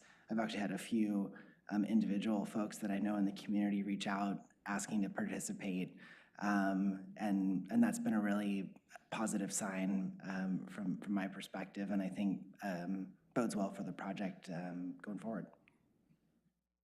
Oh, and Mr. Sin was recommending we just give you a recap of the size of the project, which is our very simple view here. This is just a simple view of the total equity capitalization, which is just over $40 million.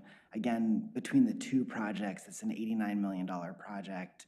And so our plan at this point is approximately 60% loan to cost on the apartments, which is about $16 million of the 40 you see here, and then $23 million for the hotel. And we've already invested $4 million, and in addition to that over the past 4 months as we continue to work through this redesign process. This is just an overview of the schedule, which is consistent with the staff report that I believe you guys have on your desk. But this is a simplified version. Essentially, we are anticipating closing on the apartments, which would allow us to begin construction in April of next year, 2024. Again, that's about an 18-month construction cycle, so we would see completion at the end of 2025. And then with the hotel, we have a few more steps to go through with the DR mod hearing and get through the building permit completeness, because there are more substantial revisions to that structure, which would put us at closing in June of next year. And that's it. Questions, please. Great. Hey, thank you all so much. Thanks for the presentation, all the updates, and the, you know, the ongoing work in regards to the project here. We Sid and I went down to the county earlier today, and they voted unanimously to approve their participation in the in the development zones. We really appreciate the county's support. We've been, you know, we were at, we had a economic forum here on Cruise Way, the subject of which was housing. I attended the HBA's, you know, housing summit thing they do annually. Article just yesterday, I think, in the Oregonian. I mean, all of those events highlighting the difficulty that multifamily projects are having with financing. And the article in the Oregonian yesterday highlighting how the drag it's going to have on Oregon's ability to produce this housing that we're all, you know, talking about, including us here earlier. So I think everyone, and we saw that too with the county commissioners, is starting to see that we really need to be pulling out all the stops. And so we really appreciate the creative thinking that you all are putting into this. We know that it's still a tight market, and it's not, we can't operate as if it was, I mean, as if it was 5 years ago, right? Because the conditions are not, they're not 5 years ago. And so it does require kind of all of us to change the way that we work together and do business. And so we appreciate your ability to adapt, and of course the public side doing the same thing.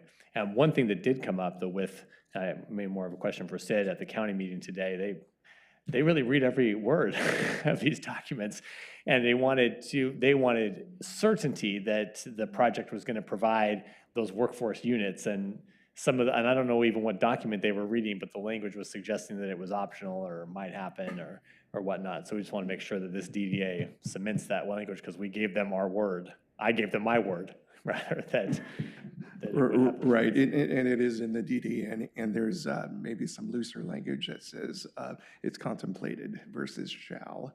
But I think, you know, I think we could even get Eric's verbal commitment, and we do have it in writing as well. Yeah, so. Yeah, we're committed to delivering those units.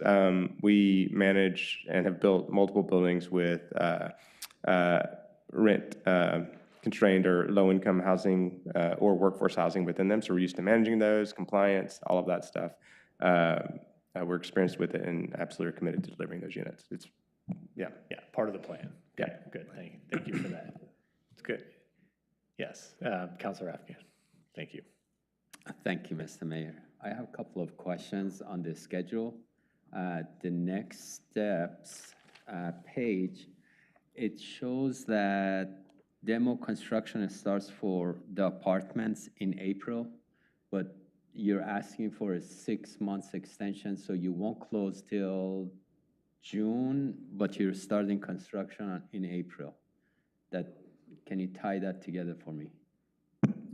Yes, on the apartments, we would plan to close in March, and then for the hotel, we would close in June. Okay. Yeah. I think that first page showed everything to be pushed out. If you go to the first page on that document, there. Closing date, June 28th. Yeah, that's the request for the DDA extension, but that's not our schedule. Our schedule is to, for the apartments, is to start prior to that. Okay, so I could count on the schedule you have on that page that says next steps. Okay, thank you. The next question is, for the hotel, you're showing demo building permit issuance in June of 2024. Is there a reason why it needs to go that far out? Can it be done in April? I don't know what it takes to get that permit. Does it have to be that time of the project, if my question makes sense? Yes, it does. Thank you. Yeah, that's our anticipation of how long it will take to get the permit from the time we get our completeness check on that. And also, this assumes that we only have one DR mod hearing, which is what we would hope to get, and that's the minimum. So we've tried to compress this in as much as we can and be realistic as well. But it does take some time to get through. Once you get all your permit docs in, to get through the process. Okay, thank you. Those were my questions. We'll still deliberate, right? Yeah. What do you have? Yes, you have comments? I do have comments, Please, but do yeah, we do please it go now ahead. or Yeah, do you we go- do it yes, yes, after? we can do it now. I understand that the current situation is a lot different than prior to COVID. I get that. I also know that this is another extension we have to issue in order to continue our relationship with you. I get that, and I'm for it, absolutely. What I don't know is how many extensions are there going to be, and at some point, we have to say, this isn't going forward. And as I sit here today, last time I was, the last extension, I was, without any hesitation, I did the extension. This time, I'm going to do the extension, but I also want to say that I won't be able to approve another extension 6 months from now. And the reason is because this project needs to go forward. And if you, for many reasons, valid reason, have difficulty to take it forward, then we have to explore other options. At this time, I'm not saying I will lobby to take the project away from you, but at the same time, if somebody came and they had $90 million cash that they put on our diocese here and they said, we're ready to go, I think it's our obligations to our residents that we have to go that direction. So I'm ready to approve the extension with the understanding that in April and in June, July, if the constructions aren't happening, then we're going to have a different conversation. So that was my comment. Thank you, Councilor Efkin. I think we all look forward to seeing the progress that you articulated here tonight continue into the new year and into the spring. Thank you, and thank you, Councilor Efkin. It is 100% that you're representing the community. The community wants to get this project done. We hear that loud and clear, and that's why we're spending so much time, energy, and money to push this as fast as we possibly can. That's all I can commit to you, is to do everything we possibly can to move this forward. And you know, I'm a member of a national product council with executives from throughout the country that meet twice a year. I was at that meeting last week. I can tell you across the country, it's a very difficult time to get housing built because of the circumstances. That being said, we have letters of intent of folks that are looking at this project seriously.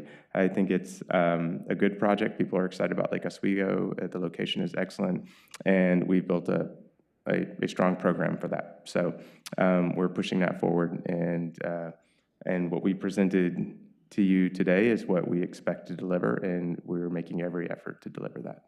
So thank you. Thank you. I want to reemphasize that I'm not arguing your commitment to the project and to the city. You've spent $4 million and many years of your life on this project. So I know you're committed. At the same time, if that commitment doesn't take us forward, then we have to explore other options. And now we have other people like Chamber of Commerce stepping forward and saying, what are we going to do? So the pressure is building up, that people have the need, we have to deliver. And at the same time, we do get results from different forums, how difficult it is to get financing right now. So that's why I'm saying you got another extension, because I understand the challenges. Thank you. In April and June, if we haven't started the construction, then we're gonna have to have a different conversation. Understood. Thank you. Thank you, Councilor Efkin. Okay, yeah. Is there a motion to authorize the executive director to execute a third amendment to the December 7th, 2021 agreement for the disposition and development of the North Anchor properties? I'd like to move to authorize the executive director to execute a third amendment to the December 7th, 2021 agreement for the DDA for the North Anchor properties. Second. Okay, any further discussion? Okay, all those in favor say aye. Aye. Is Councilor Wetland still with us? Aye. There he is. It's Councilor Wetland. Any opposed? Aye. Aye. Motion passes. Councilor 7-0. Wetland, there is an echo there. We can't hear you. Thank you, Mr. Sin. Thank you, Eric. Thank you, Lincoln. We appreciate you again being here at this later hour. We just have one more piece of business here. That's approval of meeting minutes. Is there a motion to adopt the September 19th, 2023 meeting minutes? Move to approve the LORA meeting minutes as written. Second. Okay, all those in favor say aye. Aye. Any opposed? Okay, motion passes 7-0. We'll give Councilor Wetland the aye on that. All right, and with that, meeting is adjourned. Thank you. 9:25.